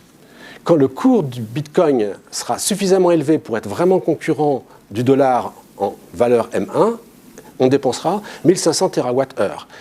C'est totalement dément. La consommation française, c'est 450 térawattheures. Donc, pour faire fonctionner l'algorithme de distribution des bitcoins nouveaux créés, on va dépenser 3 fois la consommation électrique française. Ça c'est pas possible. Quand je dis ça, il y a des gens qui me disent si, c'est possible. Moi, je dis non, c'est pas possible. Il se passera quelque chose avant. Alors, je reprends quand même mon raisonnement parce qu'il y a des éléments qui peuvent être discutés, mais je veux en discuter certains moi-même, parce que sinon, vous allez avoir l'impression que je vous ai roulé. Alors, j'ai oublié les halvings. Alors, quand il va y avoir une division par 2, effectivement, le gain des mineurs va être divisé par 2. Donc, ce qu'ils sont prêts à dépenser va être divisé par 2 aussi. Donc, si on raisonne à échelle de 2 ans jusqu'au prochain halving, les chiffres que j'ai donnés sont justes. Si on raisonne à échelle de 6 ans, 2 halvings, les chiffres que j'ai donnés, il faut les diviser par 2, ça fait quand même 750 térawattheures annuels, donc plus que la consommation française. C'est encore beaucoup. Donc voilà, ça c'est un facteur, et si on raisonne à échelle non plus de 6 ans mais de 10 ans, il faut encore diviser par 2, mais ça fait encore beaucoup. Voilà. Donc de toute façon, ça signifie que si on doit arriver à un niveau équivalent à celui du M1, ça ne pourra pas se faire vite, et j'ai oublié un certain nombre de facteurs qui aggravent les choses. Là, je viens de citer des facteurs le facteur que je n'ai pas pris en compte et qui diminue le nombre de centrales nucléaires nécessaires, mais il y en a qui augmentent. Je vais en citer quelques-uns. Le raisonnement n'a pas pris en compte les commissions. Aujourd'hui, les commissions associées font qu'on ne touche pas 12,5 bitcoins, mais on touche 1 ou 2 bitcoins en plus quand on mine une page. Donc ça va augmenter le gain des mineurs, donc ce qu'ils sont prêts à dépenser. Donc l'électricité qu'ils dépensent. On n'a pas pris en compte que certains bitcoins ont été détruits. Alors parce que on dit qu'il y a 16,5 millions de bitcoins qui sont en circulation, mais ce n'est pas vrai. Il y a des bitcoins qui sont détruits parce que simplement celui qui les a détenus a oublié la clé. Et quand vous avez oublié la clé, ils sont perdus. Et il y en a, à mon avis, une grande quantité qui ont été perdus, y compris peut-être ceux de Satoshi Nakamoto, puisque le compte sur lequel ils sont déposés n'a jamais bougé. Et alors, c'est impossible d'évaluer quelle est cette proportion de bitcoins qui ont été perdus, mais elle n'est sans doute pas négligeable. Et ça serait un facteur augmentant, parce que s'il y a moins de bitcoins en circulation, avec ceux qui sont en circulation pour atteindre le M1 du dollar, il faut que le cours soit plus élevé que ce que j'ai évalué là, avec les 200 000 $. Donc ça, c'est un facteur aggravant. bon, si au lieu de prendre le M1 du dollar, on envisageait de prendre le M1 du dollar et de l'euro. Le M1 de l'euro, il est à même ordre de grandeur que le M1 du dollar. Bah, il faudrait encore multiplier par 2, donc ça aggraverait encore les choses. Bon, voilà. Et puis il y a encore d'autres éléments qu'on pourrait en prendre en compte. C'est sûr que ces raisonnements-là sont approximatifs, mais ils montrent quand même qu'en ordre de grandeur, il y a vraiment un problème avec l'électricité que dépense le Bitcoin. Quelles seraient les solutions? Parce qu'il y a peut-être des solutions quand même. Alors, la méthode qui est utilisée pour distribuer les bitcoins, c'est ce qu'on appelle l'épreuve de travail. Je n'ai pas donné le détail, mais je ne peux pas. Il y a d'autres méthodes qui sont envisagées, comme l'épreuve d'enjeu. Bon, on est obligé de constater aujourd'hui que la totalité des grosses monnaies cryptographiques n'utilisent pas l'épreuve d'enjeu. Il y a des gens qui pensent que c'est l'avenir. Ethereum envisage de l'introduire, mais il ne l'a pas introduit. Donc il envisage de l'introduire très prochainement. Partiellement, mais seulement partiellement, donc pas complètement. Donc cette histoire de preuve d'enjeu qui pourrait se substituer aux preuves de travail et qui résoudrait ce problème, à mon avis, ça se discute. Et c'est la suite qui nous le dira. Tout n'est pas écrit dans l'histoire du Bitcoin, loin de là. Donc voilà. Alors, alors, la preuve d'enjeu, il y a toutes sortes de variantes. La preuve d'enjeu, c'est vous engagez, vous avez un pouvoir de gagner les bitcoins qui est lié au nombre de bitcoins, enfin au nombre d'unités monétaires que vous détenez. Donc, plus vous en avez, plus vous avez de chances de gagner. Mais après, il y a des variantes pour éviter que quelqu'un gagne 2 fois de suite ou des choses comme ça. Donc, il y a toutes sortes de discussions. Il y a des gens qui disent que de toute façon, aucune de ces méthodes ne marche pour des raisons économiques, mais je ne les comprends pas de manière assez précise pour savoir s'ils ont raison ou pas. Puis de toute façon, c'est quelque chose qui est controversé. Aujourd'hui, il y a des gens qui pensent que de toute manière, quel que soit le système, pour assurer l'autonomie, parce qu'en fait, c'est ça, c'est l'autonomie et la distribution, le fait que le pouvoir soit distribué. Il y a quelque chose d'équivalent à la preuve de travail qu'il faut introduire dans le système. Et il y a des gens qui disent non, mais on peut s'en sortir autrement et donc ne pas dépenser cette quantité démentielle d'électricité pour faire fonctionner l'algorithme de distribution. J'insiste là-dessus parce que c'est quand même tellement énorme, de distribution des nouveaux bitcoins créés. Juste un petit sondage là, qui a été fait tout récemment. Parmi 500 personnes qui détiennent des bitcoins, il y en a 40% qui pensent qu'ils en détiennent parce qu'ils pensent que c'est une technologie qui va changer le monde. Il y en a 21% parce qu'ils pensent que c'est une valeur comme l'or ou l'argent. Il y en a 8% qui pensent que ça va être une bonne méthode de paiement. Ils ne sont pas nombreux, hein. Ils sont assez lucides peut-être. Et puis, alors, chose qui est amusante, c'est pour ça que je cite cette page-là, quand on leur demande, ceux qui détiennent des bitcoins, à quel cours vous allez les vendre, c'est-à-dire vous les gardez parce que vous pensez que ça va monter, mais à quel cours vous allez les vendre, et qu'on fait la moyenne, bah, ils disent à peu près 200 000 $. C'est les 200 000 que j'évoquais tout à l'heure. Mais c'est un hasard, hein. Il n'y a aucune interprétation à ça. Voilà, c'est bien. Mais ça signifie qu'effectivement, les gens qui détiennent des bitcoins, ils ont quand même assez confiance dans l'idée que ça va tenir, et ils sont prêts à les garder. Et c'est pour ça que quand il y a eu, au mois de septembre, et puis récemment avec Segwit2x, des baisses de cours, finalement, ça n'a pas été l'éclatement de la bulle où tout serait tombé. Bah ouais, 3 jours après, ça remontait. Ça remontait, et ça remontait plus haut. Alors, voilà. Donc je vais passer maintenant aux blockchains non cryptographiques. Je ne vais pas parler des autres monnaies. Je vais parler des blockchains, quels enjeux, quelles applications. Alors, j'ai bien dit, l'idée de la blockchain, c'est que les acteurs qui vont accéder à la blockchain, qui vont écrire dessus, qui vont la lire, soient d'accord entre eux sur un certain nombre d'informations, qu'ils partagent un certain nombre d'informations et qu'ils aient confiance dans le fait que cette information ne pourra pas être transformée, donc, et qu'elle est vraiment fiable, qu'elle est robuste. Alors,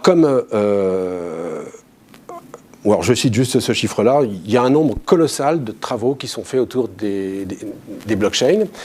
Et pour le coup, de toutes sortes de blockchains. Parce que quand on envisage des blockchains et qu'on ne pense plus au Bitcoin ou à Ethereum, etc., on peut introduire des modifications dans le fonctionnement des blockchains qui changent tout. Tout est permis. Alors jusqu'à quel point, ça c'est une question de définition, jusqu'à quel point on peut supprimer telle chose ou pas. Dans la définition que j'ai proposée tout au début, moi je pense que si on veut parler de blockchain, il faut quand même qu'il y ait un réseau pair à pair, il faut quand même qu'il y ait un ajout de page par ordre chronologique.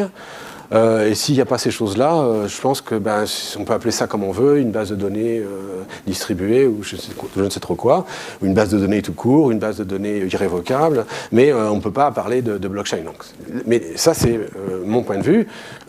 Et malheureusement, quand on lit des articles sur telle entreprise qui développe telle blockchain, en général, on ne sait pas très bien quelle est la définition de blockchain qu'elle a en tête et ce qu'elle fait exactement. Et si effectivement il y a vraiment un réseau pair à pair, moi j'ai souvent eu le sentiment en lisant des comptes rendus sur des soi-disant blockchains qui étaient développés qu'il n'y avait pas de réseau pair à pair derrière. Alors c'est un peu étrange. Il y a une confusion, il y a une complication autour de ces questions-là qui est loin d'être levée aujourd'hui. Alors, partage d'une vérité, hein, c'est ça. Alors, 10 minutes, c'est bon. Mais ça, je vais quand même essayer de dire un certain nombre de choses. Partage d'une vérité, ça c'est intéressant de se mettre d'accord. Et par exemple, je suis détenteur, enfin j'ai inventé un truc génial, je veux déposer un brevet, je vais déposer une enveloppe solo à l'INPI. Bon, mais je peux faire autre chose, je peux chiffrer mon invention, la déposer sur une blockchain. Alors la blockchain du Bitcoin ne permet pas vraiment de faire ça parce qu'on peut, quand on fait une transaction, on ne peut déposer on peut associer 80 caractères associés à la transaction, ce qui n'est pas beaucoup pour décrire un brevet. Et puis surtout, comme maintenant les commissions sont importantes quand on dépose des commissions quand on fait des transactions en Bitcoin, déposer le brevet lui-même, ça ne va pas être envisageable sur la blockchain du Bitcoin. Par contre, on peut faire autre chose, chiffré ou pas. On peut faire autre chose, et c'est effectivement quelque chose qui est fait, je vais en reparler un peu plus loin, c'est non pas déposer le brevet, mais déposer ce qu'on appelle l'empreinte du brevet. Alors, je ne sais pas, ici, les gens qui sont présents, si tous savent ce qu'est une fonction de hachage. Une fonction de hachage, c'est une fonction qui prend un fichier, quelle que soit sa taille en général, et qui associe une chaîne de caractères d'une taille limitée. Par exemple, le SHA 256 que j'ai évoqué déjà, il associe 256 0 ou 1 à n'importe quel fichier. Mais il ne les associe pas n'importe comment, il les associe de façon à ce que, si vous modifiez un seul caractère du fichier initial, l'empreinte, donc le hash du fichier change complètement. Et d'une manière imprévisible, et imprévisible au point d'ailleurs que si je vous donne 256 bits d'information, vous ne saurez pas construire un fichier qui aura cette empreinte-là. Donc voilà, ça c'est les propriétés des fonctions de hachage cryptographique dit en quelques secondes. Et si vous disposez d'une telle fonction, par exemple SHA 256, et que vous avez un brevet, vous allez mettre votre brevet dans un fichier comme vous voulez, un PDF par exemple, vous allez calculer le SHA 256 de votre fichier PDF, 256 bits d'information c'est moins que 80 caractères, vous allez pouvoir l'associer à une transaction Bitcoin et la déposer sur la blockchain du Bitcoin, en n'oubliant pas de mettre suffisamment de commissions pour qu'effectivement elle ne reste pas en suspens pendant des jours, des mois. Et à ce moment-là, quand vous aurez fait ça, vous pourrez attester que tel jour, donc le 20 novembre 2017, j'ai bien déposé ce fichier-là, vous pourrez attester ça en 2018, ou en 2019, ou en 2020. Quand vous voudrez prouver qu'effectivement vous disposiez bien de cette idée que vous avez mise dans le brevet, vous direz, regardez, voilà le fichier dans lequel est décrit le brevet. N'importe qui peut calculer le SHA 256, il y a des fonctions qu'on trouve sur Internet sans aucun problème.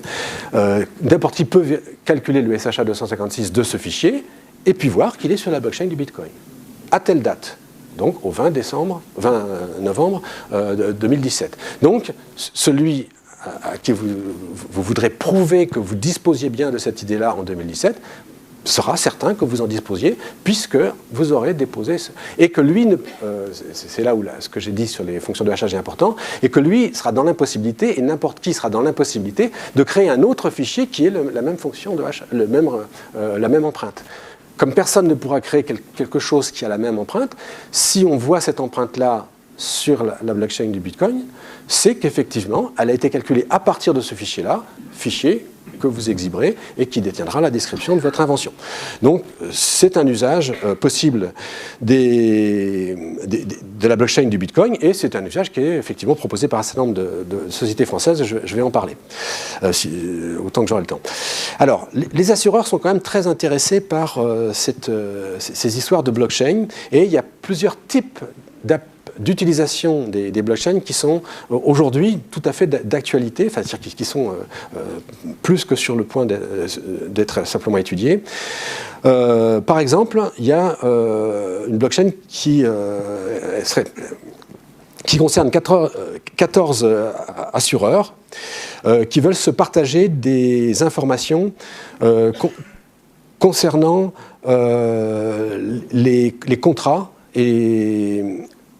je n'ai pas marqué le détail ici, les contrats qui sont de résiliation qui concernent leurs diverses assurances. Avec la loi Hamon, je pense que quelqu'un qui est assuré avec un certain assureur peut passer chez un autre, et donc il y a des échanges d'informations que les assureurs sont obligés de se faire nécessairement les uns vis-à-vis des autres, et faire ça avec une blockchain, c'est un moyen qu'ils considèrent comme tout à fait intéressant, et c'est quelque chose qui est en train d'être développé, en particulier par la société Stratum, qui est une société française. Il y a un autre consortium d'assurance qui s'appelle B3I, qui développe une idée du même genre, mais alors là, c'est plutôt pour les contrats de réassurance. Donc il y a une application qui est en train d'être développée qui concerne un certain nombre d'assurances. Je passe là-dessus. Je reviens sur l'ancrage et l'heurodatage. Quand vous déposez comme ça une information avec un hash, donc l'empreinte, non seulement elle est déposée, mais elle est datée. C'est ça qui est important et qui vous permet d'assurer que le 20 novembre 2017, vous disposiez de cette information, donc de votre brevet. Il y a, je citais 3 sociétés françaises qui utilisent cette technique-là, cette idée-là, avec la blockchain du Bitcoin. Alors pourquoi est-ce que tant de gens utilisent la blockchain du Bitcoin? La raison, elle est quand même assez facile à comprendre.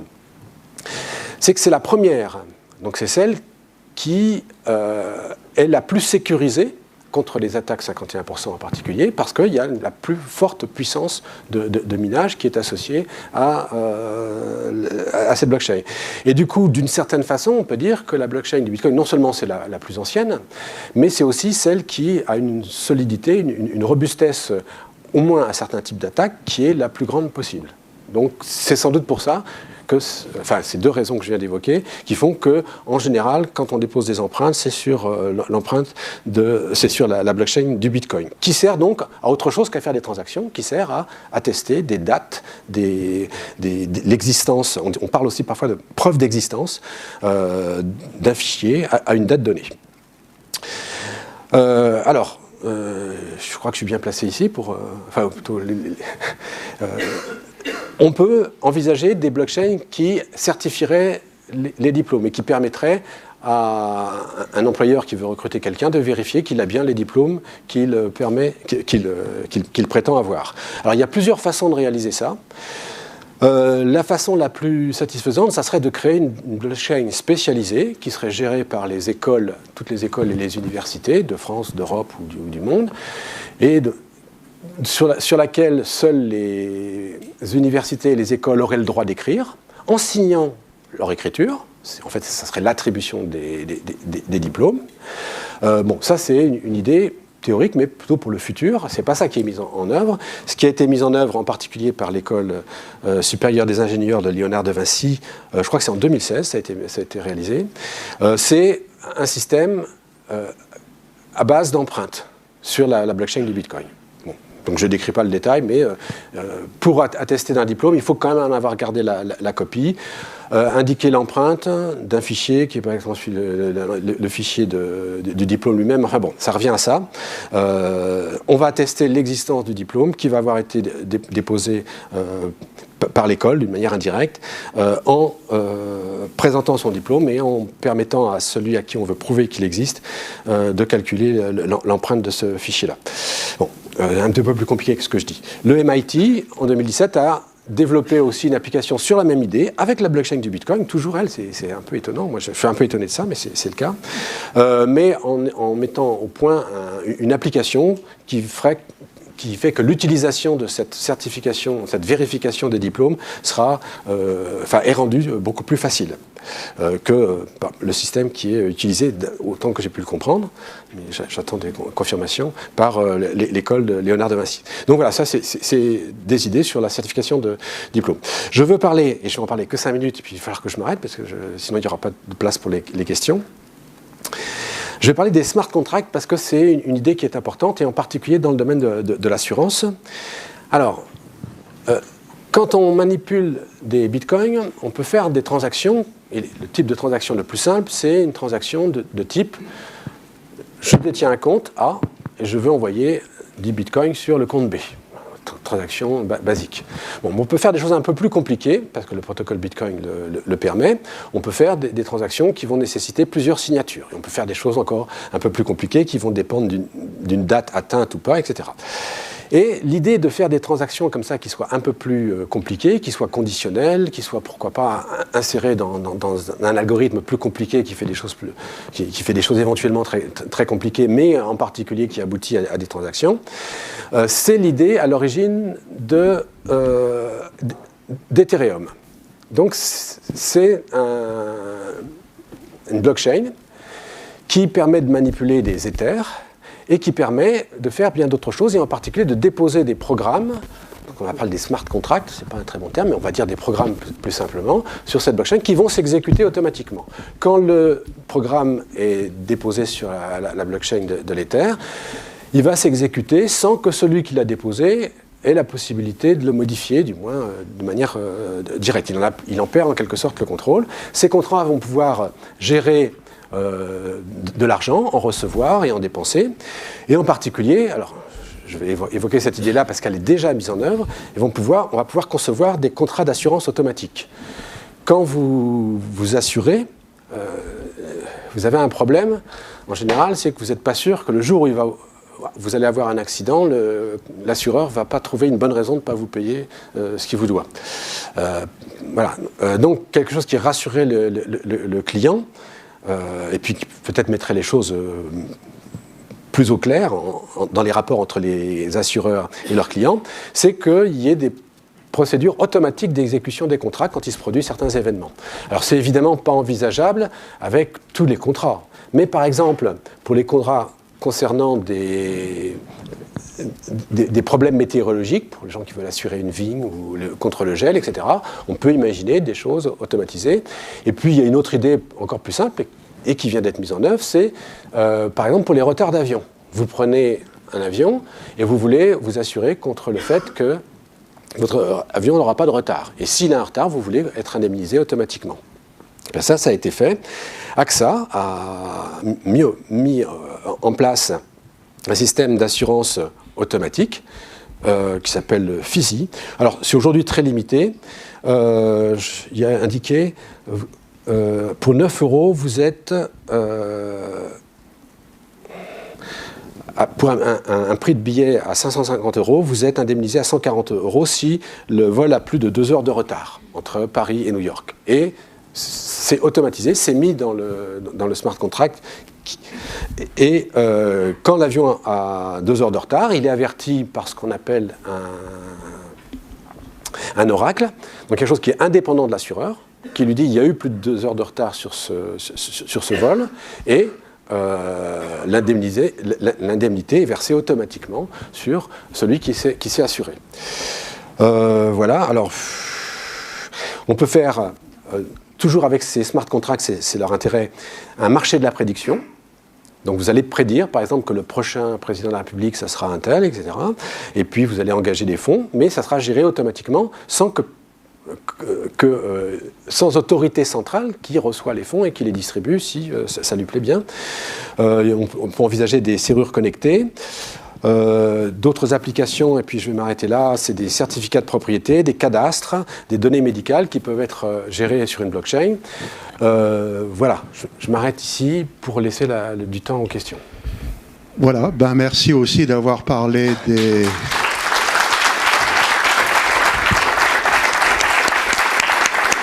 de l'école d'ingénieur Léonard de Vinci qui gère ses diplômes dans les blockchains. Je voudrais juste ajouter une petite chose comme retour sur investissement pour l'Institut Léonard de Vinci qui a la gentillesse de nous prêter cet amphi. L'association CyberEdu a commencé à distribuer ses labels CyberEdu pour récompenser les enseignements d'excellence qui incluent la cybersécurité dans leur cursus. Et donc, des 7 premiers labels distribués, 2 l'ont été pour les MBA de l'Institut Léonard de Vinci. Voilà, donc vous avez Béatrice à gauche, moi à droite, et nous prenons les questions. Première question, si je peux me permettre, je voudrais en poser une. Oui. Une chose qui m'interpelle, est-ce que les cyberattaques par cryptovirus qui vendent la clé de déchiffrement 300 € en bitcoins, c'est fait pour augmenter le cours du bitcoin ou pas? C'est pas une question du tout stupide, puisqu'il est bien connu, moi j'ai lu ça plusieurs fois, qu'il y a des entreprises qui, pour pouvoir réagir vite le jour où elles seraient victimes d'un ransomware, achètent des bitcoins par avance. Si elles en achètent, ça fait monter les cours. Ça fait monter le cours. Alors ça c'est parmi les choses qui sont inquiétantes à propos du Bitcoin, que j'aurais pu mentionner comme 7e point, là j'en ai mentionné 6, il y a effectivement que l'existence de cette monnaie numérique programmable, parce qu'en fait c'est bien cette capacité à être programmée et à circuler sur le réseau, ça facilite un certain nombre d'arnaques, et en particulier les ransomware. La quasi-totalité des ransomware aujourd'hui fonctionne en demandant à être payé en bitcoin. Ça, c'est quand même quelque chose qui, effectivement, est inquiétant pour les bitcoins. Et on peut imaginer que certains États décident d'interdire toute manipulation des bitcoins. Je ne dis pas qu'elles réussiront à l'obtenir, parce que, justement, ça crée la possibilité de mettre au point des systèmes de rançon plus tranquillement que quand il n'y a pas de monnaie cryptographique qui existe. Donc, première question là, je vous répète pour permettre au maximum de personnes de poser des questions, qu'une question, c'est quelques mots suivis rapidement d'un point d'interrogation. Jean-Jacques Urban-Galindo, retraité du groupe PSA Peugeot Citroën. Je suis plutôt satisfait de voir que vous avez sur le Bitcoin une opinion qui est proche de la mienne, en particulier un défaut qui est la dépense d'énergie. Donc tous les gens qui disent que c'est un dispositif qui va coûter moins cher que les dispositifs actuels, moi je ne vois pas comment ça va marcher. J'ai un deuxième point sur lequel je voudrais avoir votre avis, c'est que j'ai le sentiment que le protocole qui est proposé repose sur une infaillibilité du protocole et de l'écriture des programmes qui le supportent. Or, je suis de ceux qui pensent qu'il n'existe pas et qu'il ne pourra pas exister de programme informatique s'exécutant de façon mathématiquement exacte par rapport à une proposition mathématique absolue. Alors, et donc, quand on arrive ensuite au smart contract, alors là, déjà les petits caractères dans les protocoles d'assurance, c'était pas facile à lire, mais là, avant qu'on ait de l'écriture de smart contract sans erreur, je pense qu'il va passer de l'eau sous les ponts de la Seine avant les inondations. Ok, je crois qu'il y a un grand spécialiste mathématicien qui peut répondre.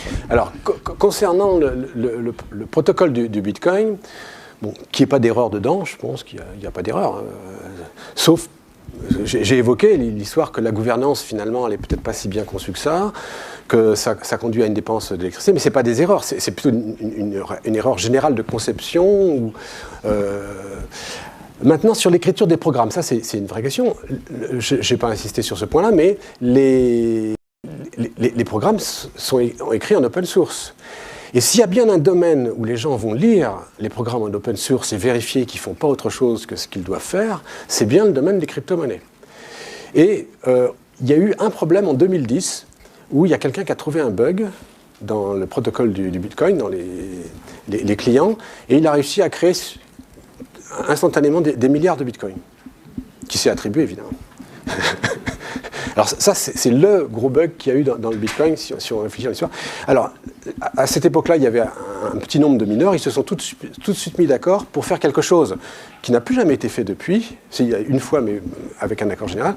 Ils ont arrêté la blockchain, donc le rajout de page toutes les 10 minutes, ils sont revenus en arrière, ils ont corrigé le bug qu'ils ont réussi à identifier et à corriger rapidement, et ils ont refait repartir.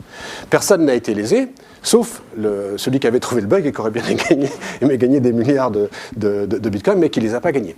Ce qui prouve d'ailleurs une chose, mais ce qui s'est passé pour l'Ether est comparable, il y a eu plusieurs histoires équivalentes pour l'Ether, c'est qu'il y a quand même une gouvernance, et quand le protocole est attaqué parce qu'il y a eu un bug que quelqu'un a repéré et a exploité, il y a quand même une réaction qui est possible. Si tout le monde est d'accord, ce qui s'est passé donc dans l'histoire de 2010 que j'évoque, ce qui s'est passé aussi, alors là tout le monde n'était pas d'accord dans le cas d'Ethereum il y a 1 an et demi, il y a quand même une sorte d'unité parmi les mineurs qui peuvent s'accorder pour dire bah oui, on arrête tout, on enlève quelques pages et on refait repartir le truc. Et c'est plutôt rassurant. Alors, c'est un petit peu contraire à l'idée de départ que la blockchain doit être autonome, que personne ne doit pouvoir interrompre son fonctionnement. Donc c'est contraire à cette idée-là, donc ça c'est un peu dommage. Mais c'est quand même aussi rassurant, puisque ça signifie que s'il y a un bug, finalement, ça ne sera pas la catastrophe et que le Bitcoin ne va pas s'effondrer parce que quelqu'un aura trouvé qu'il y a 2 points égales au lieu de 2 points quelque part. Il y a un expert de la mécanique quantique qui voudrait poser une question. Alors je crains le pire, je ne vais pas savoir répondre à sa question, parce que je le connais. Non, c'était pas spécialement pour des questions. Merci Jean-Paul pour ton intervention qui était très intéressante. Juste pour préciser quelques points par rapport aux questions de l'audience et en complément de ce que tu as dit aussi. Sur les programmes sûrs, ça existe déjà. Hein. Il y a des preuves formelles pour des programmes informatiques. Le programme qui dirige la ligne 14 du métro à Paris est un programme sûr qui fait plusieurs dizaines de milliers de lignes. Les preuves de programme. Qui a été prouvé formellement. Et on fait à l'heure actuelle de la preuve formelle sur des smart contracts. Encore faut-il que les smart contracts soient écrits d'une certaine façon. Voilà. Mais ça, c'est pas impossible. Ensuite, il y aura des templates, des modèles de smart contract type qui seront réutilisables. Hein, c'est ce qui se passe pour les ICO. Voilà, on le fait déjà pour certains types, mais pour les assurances aussi, on commence à le voir. Par contre, je trouve souvent l'orientation des critiques sur Bitcoin relativement trop tranchante, parce que à mon sens la plupart des problèmes que tu as soulevés et que les gens soulèvent dans leurs questions ici sont des problèmes qui n'existent pas, parce que rien n'est immuable, hein. Une sécurité c'est pas immuable, ça change, une blockchain ça changera aussi, et par ailleurs le minage il est pas immuable, on l'a vu, il reste que quelques années de minage sur Bitcoin, il reste quelques mois de minage sur Ethereum. Le minage c'est temporaire, c'est juste pour créer au début de la masse monétaire. C'est pas du tout le système permanent de la blockchain. C'est un système transitoire à la naissance de la blockchain, le minage, pour faire de l'émission monétaire. Après, on passe en preuve d'enjeu, et tu n'as pas cité Litecoin, mais Litecoin est en preuve d'enjeu depuis des années, ça marche très bien. Oui, mais il représente quel pourcentage des monnaies cryptographiques? Litecoin, c'était le 5e sur le tableau que tu as projeté, ou le 4e ou 5e. Voilà, juste pour quelques compléments. Non, mais je réponds quand même. J'ai pas dit. Sa chaîne de Bitcoin. Voilà, c'est assez rare que dans une salle, on a quelqu'un qui, comme le japonais ou pas lui, prend pas Renaud. Merci Gérard. Je réponds quand même un petit peu. J'ai pas dit qu'il n'y avait pas de solution. À chaque fois, j'ai évoqué des solutions possibles. Oui, mais j'ai quand même insisté sur l'électricité parce qu'aujourd'hui, la dépense d'électricité, je trouve qu'elle est démente. Les distributeurs de billets, c'est un Non, oui, mais c'est pas vrai. J'y crois pas, ça. C'est pas 3 centrales électriques. Les distributeurs de billets ne dépensent pas 3... Je parle pas du transport, les camionnettes, le carburant... Mais c'est pas la même chose. Non, je suis pas... Question au fond. Oui, bonsoir professeur, je vous remercie déjà pour votre intervention. Donc, Étienne Pousseau, je suis chargé de mission au ministère de l'Intérieur. Ma question va justement dans le prolongement de votre intervention, monsieur, concernant justement le coût actuel des transactions. Il est récompensé, vous nous l'expliquiez, par le fait qu'il y a 12,5 bitcoins qui sont offerts aux mineurs par période de 10 minutes. Lorsqu'on va arriver au bout de ce système-là et qu'il n'y aura plus de distribution de Bitcoin toutes les 10 minutes, quel sera l'intérêt pour les mineurs de mettre toutes ces ressources au service de la communauté, au service de la blockchain, pour finalement ne pas avoir ou avoir très peu de retour sur investissement? Est-ce qu'il n'y a pas un moment donné où finalement on va arriver au bout de ce système et il faudra recommencer une nouvelle chaîne pour que c'est un intérêt pour les mineurs? La réponse, je ne vais pas insister dessus, c'est les commissions. Aujourd'hui, les commissions représentent 1 ou 2 bitcoins par période de 10 minutes. Elles peuvent augmenter si le nombre de gens qui utilisent le bitcoin, si la taille des pages quand même augmente, ça semble quand même inévitable, et que chacun met une petite commission, les mineurs auront intérêt à miner, donc à continuer à surveiller, à faire fonctionner, parce qu'ils toucheront les commissions. C'est l'idée de Satoshi Nakamoto. L'idée, je fais décroître l'émission toutes les 10 minutes, donc tous les 4 ans c'est divisé par 2, mais il reste les commissions qui à la fin justifieront parfaitement que des acteurs participent à la gestion, à la surveillance de la blockchain. Je signale aussi quelque chose, c'est dans le cas d'Ethereum, il n'y a pas de baisse de l'émission. Alors ça c'est quelque chose qui est assez intéressant et j'ai l'impression que Satoshi Nakamoto s'est trompé là-dessus. Mais alors quand je dis ça, il y a toujours des gens qui me disent non, c'est toi qui as tort, tu comprends rien. Voilà. L'idée de Satoshi Nakamoto, c'était de pouvoir dire il y en aura 21 millions, il n'y en aura pas plus.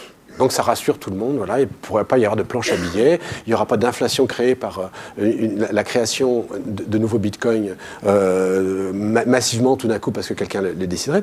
Dans le cas de l'Ether, il y a un certain nombre d'Ethers, je ne connais pas le nombre exact, qui sont créés, c'est d'ailleurs pas toutes les 10 minutes, c'est tous les 15 secondes ou les 10 secondes, et il n'est pas prévu qu'il y ait de baisse. Et alors ça, c'est à mon avis aussi bien que ce qui se passe pour le bitcoin, parce que si ce qui soucie les gens, c'est le fait que d'émettre de nouvelles unités, ça crée de l'inflation. Oui, c'est ce qui se passe et c'est comme ça qu'il y a des monnaies qui peuvent avoir une inflation de 100% par an ou de 100% par an. C'est parce que la banque centrale, elle imprime.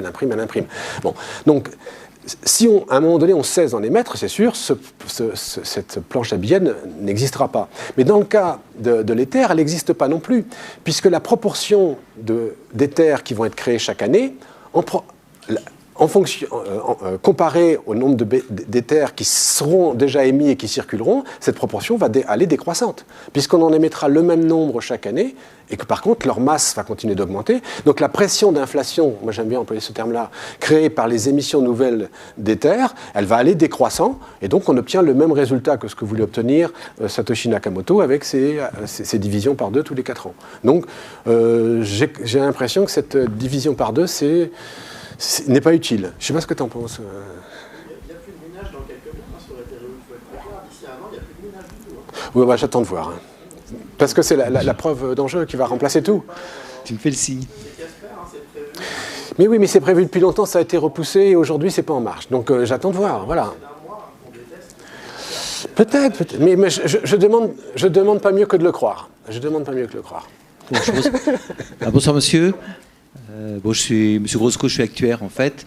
Ce qui me déroute le plus, quand la première fois que j'ai entendu parler du Bitcoin, alors c'est une question sur le Bitcoin, c'est pas sur la blockchain en elle-même, c'est le fait qu'il n'y ait pas de réserve réglementaire à l'actif d'un bilan. Alors que dans le cas des banques et des assurances, il y a toujours une réserve même. Voilà. Est-ce que, il semblerait qu'il n'y en ait pas, est-ce que c'est tenable sur le long terme? Voilà, c'est ma question. Monnaie fiduciaire, ça veut dire monnaie basée sur la confiance, je ne vous l'apprends pas. C'est la confiance dans la banque qui émet. Vous faites confiance qu'elle ne va pas massivement imprimer des billets. La confiance qu'on peut avoir dans le Bitcoin, elle n'est pas de même nature, elle est de nature, elle veut dire algorithmique, c'est le fonctionnement. À partir du moment où tout le monde est d'accord sur le cahier de compte, c'est ça qu'il faut comprendre. Si tout le monde est d'accord sur le cahier de compte, si le cahier de compte est infalsifiable, donc le compte A, il détient 10, le compte B, il détient 5, etc. Qu'on ne peut vraiment pas y toucher, qu'il y a 5000 nœuds ou plus qui vérifient qu'on ne va pas pouvoir modifier ça, ces objets qui sont purement abstraits, je suis bien d'accord, qui sont purement numériques, ils deviennent réels comme des pièces métalliques. Moi, c'est ça mon interprétation, et donc je ne vois pas de problème à ce qu'on attribue de la valeur à ces objets qui sont purement numériques, oui, mais qui finalement existent avec une telle force à cause du réseau de plus de 5000 nœuds qui gardent la blockchain, qui font qu'on ne peut pas changer et que vous ne pourrez pas déplacer artificiellement un bitcoin du compte A vers le compte B si le détenteur du compte A n'est pas d'accord. Il y a une sorte de robustesse, de dureté, enfin, je dirais, de ces objets numériques qui est au moins aussi bonne que des pièces de monnaie métalliques. Voilà, c'est le consensus de valeur, sur le consensus de contenu des comptes, qui est tellement fort et qui est tellement verrouillé que finalement ces objets finissent par exister comme si c'était des objets matériels, voire plus. S'il vous plaît, oui. Une petite précision, vous avez parlé d'horodatage tout à l'heure. Comment la blockchain peut assurer l'horodatage? Parce qu'en fait, j'imagine qu'il y a un seul nœud qui enregistre la date. Enfin, je ne sais pas comment ça fonctionne. L'horodatage n'est pas très précis, hein, puisque c'est en gros avec un pas de temps de 10 minutes. Mais voilà, donc quand quelque chose... Alors, il faut que la transaction, par exemple, auquel vous avez associé un message et que vous voulez mettre sur la blockchain pour eurodater ce message, cette empreinte, par exemple, d'un fichier que vous voulez, donc vous voulez prouver l'existence à telle date, il faut qu'elle ait suffisamment une commission suffisante associée pour qu'elle soit effectivement choisie par le mineur qui va créer la page et qu'il la mette sur la blockchain. Mais une fois qu'il l'a mise sur la blockchain, cette transaction y est, je dirais, pour l'éternité. En particulier, qui va pouvoir décider entre guillemets, mais qui pourra influer sur la date de redatage. Oui. Donc est-ce qu'on peut dire qu'elle est vraiment fiable de ce point de vue-là, la date de redatage? Elle n'est pas très précise, c'est ce que je dis. Mais bon, pour un brevet, à une journée près... Oui, je travaille à l'INPI d'ailleurs. Donc à une journée près, c'est pas très important. Et même si elle est rajoutée 3 jours après, d'accord, vous pourrez attester que vous disposiez du fichier que 3 jours plus tard, peut-être. D'accord, mais est-ce qu'on pourrait imaginer une malversation liée au fait qu'un nœud particulier pourrait décider d'enregistrer? Si on prend l'exemple du brevet, mais c'était pas vraiment ça mon idée. Est-ce qu'un nœud en particulier pourrait décider d'imposer un horodatage qui l'arrange lui? Parce que là, j'ai l'impression qu'on n'est pas dans le mécanisme de sécurité globale de la blockchain. Non, un nœud, d'abord, faut qu'il gagne. Comme la concurrence entre les nœuds est très importante, il n'est pas du tout assuré de gagner. Mais admettons, on peut très bien imaginer, pour une période de 10 minutes, qu'un nœud gagne et il dit « ouais, celle-là, je ne la mets pas. Cette transaction, je ne la mets pas parce qu'il ne veut pas la mettre. » Ça, il a la latitude de ne pas mettre une transaction. Donc, il va retarder. S'il y a une commission assez importante associée à cette transaction, donc à l'empreinte associée, le mineur suivant qui va gagner, qui a toutes les chances de ne pas être le même que celui qui aura décidé de ne pas la mettre, il va la mettre. Donc, ça va retarder de 10 minutes. Donc, oui, alors tu veux rajouter quelque chose? Vas-y. Si une transaction est diffusée avec une date heure qui est trop différente de celle des voisins, elle n'est pas relayée. Donc il reste sur un nœud. Autrement dit, si quelqu'un essaie de truander trop la date et l'heure, la transaction n'est pas diffusée. Elle est minée localement, mais elle ne sera pas diffusée. Oui, c'est-à-dire qu'elle n'est pas validée, en fait. Ouais. Non, je pense que le mécanisme de redatage, il est robuste. Il n'est pas précis, mais il est robuste. C'était Fabrice Bardet, directeur sécurité de l'INPI. Vous vous nommez, hein, sinon je vous nomme. Bonjour, Mickaël Simantov, je suis consultant en cybersécurité. Déjà, je voulais vous remercier pour la clarté de votre exposé. J'avais une question à vous poser concernant l'algorithme SHA-256. Qu'est-ce qui se passera concrètement le jour où la confiance dans cet algorithme ne sera plus? Alors, c'est un sujet de... Avec le chiffrement quantique.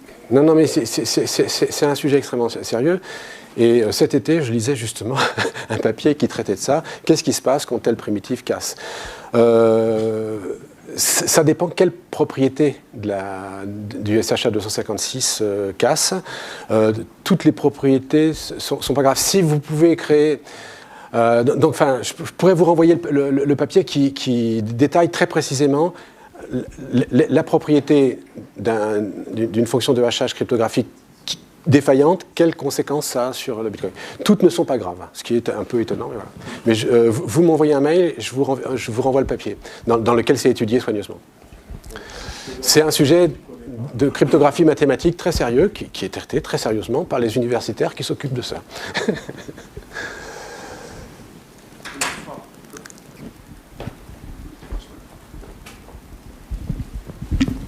Bonsoir, Marc Cohen, je suis consultant chez Atos. Je voulais savoir en fait, parce que vous expliquiez que 80% du minage était généré par la Chine. Ouais.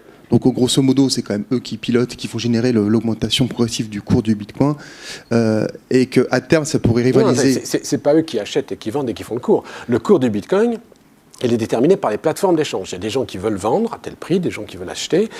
Toutes les plateformes, comme pour les actions, ça se passe pas en Chine. Les 80% que je mentionnais, c'est les 80% de puissance de calcul du SHA 256, qui fait qu'il y a 80% des bitcoins émis qui vont effectivement se retrouver en Chine.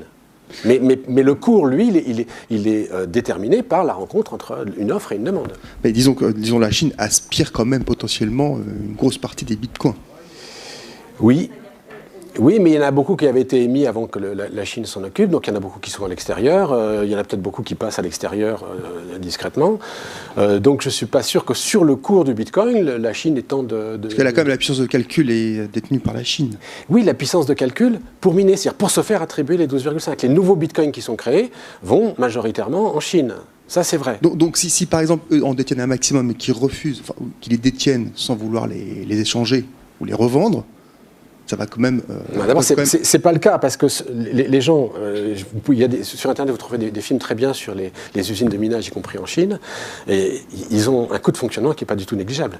Donc il faut qu'ils payent ce coût de fonctionnement, et pour payer ce coût de fonctionnement, ils vendent leur Bitcoin en partie, évidemment. Est-ce qu'il n'y aurait pas à terme possibilité que la Chine fasse augmenter, par ses interventions, par rapport au dollar, et vienne couler à ce moment-là le dollar à terme, hein. Non, moi je ne crois pas. Ce qui peut se produire avec la puissance de calcul, c'est qu'il y ait des décisions qui soient imposées, alors c'est la science-fiction, hein, qui soient imposées par le gouvernement chinois sur des modifications du protocole que le gouvernement chinois arrive à imposer. Mais je sais pas, je pense qu'il y aurait des réactions. Alors ce qui se passe avec le Bitcoin Cash est assez intéressant quand même, parce que donc c'est la même chose que le Bitcoin, sauf c'est des pages de 8 mégas au lieu d'1 méga. Je pense que si tout d'un coup, il y avait beaucoup de doutes sur la volonté du gouvernement chinois de truquer des choses concernant le Bitcoin, il pourrait y avoir une part importante de la puissance de calcul. Oui, mais enfin non, ce que je dis, c'est pas vrai. Parce que la puissance de calcul pourrait très bien se reporter sur le Bitcoin Cash aussi vite. Donc la puissance qui est détenue en termes de pouvoir de décision sur l'évolution des protocoles, elle est détenue aujourd'hui en partie importante par la Chine. Et malheureusement, c'est un problème, effectivement, si le gouvernement chinois voulait l'utiliser. Je pense qu'il ne l'utilise pas pour l'instant. Ça pourrait se voir, on pourrait le soupçonner. Je pense qu'il ne l'utilise pas, mais moi, je trouve que c'est quelque chose qui est inquiétant. Qu'est-ce que tu en penses ? Oui, ici, bonsoir, Franck Normamode, je suis néophyte en blockchain et Bitcoin. J'ai deux questions. Vous avez parlé de gouvernance. Ouais. Qui gère cette gouvernance ? Est-ce que c'est géré un peu comme les monnaies par des banques centrales ou des gouvernements ou autres ? Et question 2, est-ce qu'il y a, pour l'échange, que vous avez parlé effectivement qu'il y a des transactions, est-ce que donc effectivement il y a un genre de bourse ou quelque chose de cette nature ? Il y a des dizaines et des dizaines de bourses où vous présentez avec des euros et vous obtenez des bitcoins en échange. Il y en a en France. Les bourses... en général, vous demandent votre identité. Donc, vous n'êtes pas anonyme quand vous échangez des euros en bitcoin ou l'inverse. Vous ne pouvez pas être anonyme. Mais maintenant, il y a des bourses clandestines. Voilà, il y a des gens qui sont en prison à cause de ça. Donc, pour ce qui est des échanges, demain, vous pouvez ouvrir un compte, donner 1 000 euros donner 1 000 euros et obtenir en échange des bitcoins que vous allez recevoir sur votre compte personnel que vous gérez. Ça, il n'y a pas de problème. Concernant la gouvernance, alors la gouvernance, ça, c'est une sorte de majorité qui s'applique quand quelqu'un veut proposer une modification du protocole. Par exemple, d'1 méga passer à 2 mégas ou à 8 mégas. Donc, il va publier sa proposition de modification. Il y a un système de publication officiel qui s'appelle les BIP, je ne sais pas quoi, avec des numéros. Et puis, selon les mineurs, ceux qui détiennent la plante, ils communiquent entre eux. Donc, ils vont convenir éventuellement d'un système de vote. Le système de vote, ça va consister qu'à chaque fois que quelqu'un mine une page, il va indiquer dans les 80 caractères disponibles s'il vote pour la proposition ou contre. Et puis, au bout d'un certain nombre de pages, on fera un bilan et on aura une sensibilité, on pourra mesurer la sensibilité des gens qui détiennent la puissance de minage à cette proposition. S'il y en a 98% qui sont pour l'évolution, elle va être programmée, on va fixer une date, l'information va circuler, et puis à la date donnée, tout le monde va télécharger le nouveau client du réseau avec la modification qui sera donc validée. Donc c'est une sorte de vote qui va être fait par ceux qui détiennent la puissance. Donc c'est la puissance de calcul des SHA 256. C'est bien ça qui va déterminer que la décision est prise ou pas. S'il y en a 90% qui sont pour et 10% qui sont contre, et qu'on décide quand même, que les 90% qui sont pour décident de faire la modification et que les 10% qui sont contre ne veulent pas, ça peut faire une fission du réseau. C'est ce qui s'est passé pour Ethereum quand il y a eu un retour arrière sur la chaîne. Donc en général, ce qui se passe, c'est que les modifications ne sont faites que quand tout le monde est d'accord. Et à ce moment-là, les modifications sont annoncées, la date de mise en œuvre est publiée et le truc est mis en œuvre à cette date-là.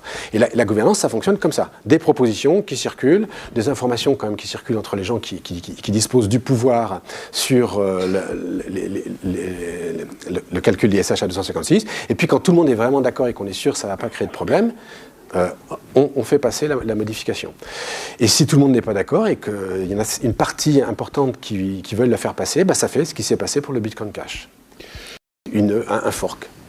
Moi, j'ai une question hyper basique. Je vais acheter 1 milliardième de Bitcoins. Pas les moyens de plus. 1 milliardième ?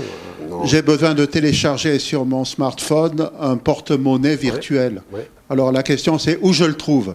Des fois que ça vous tapez wallet Bitcoin ou porte-monnaie, à mon avis Bitcoin ça doit marcher aussi, vous allez avoir toutes sortes de sites qui vont se proposer, mais aussi des sites qui évaluent les divers porte-monnaies qui sont disponibles et vous allez choisir en fonction des informations que vous allez voir.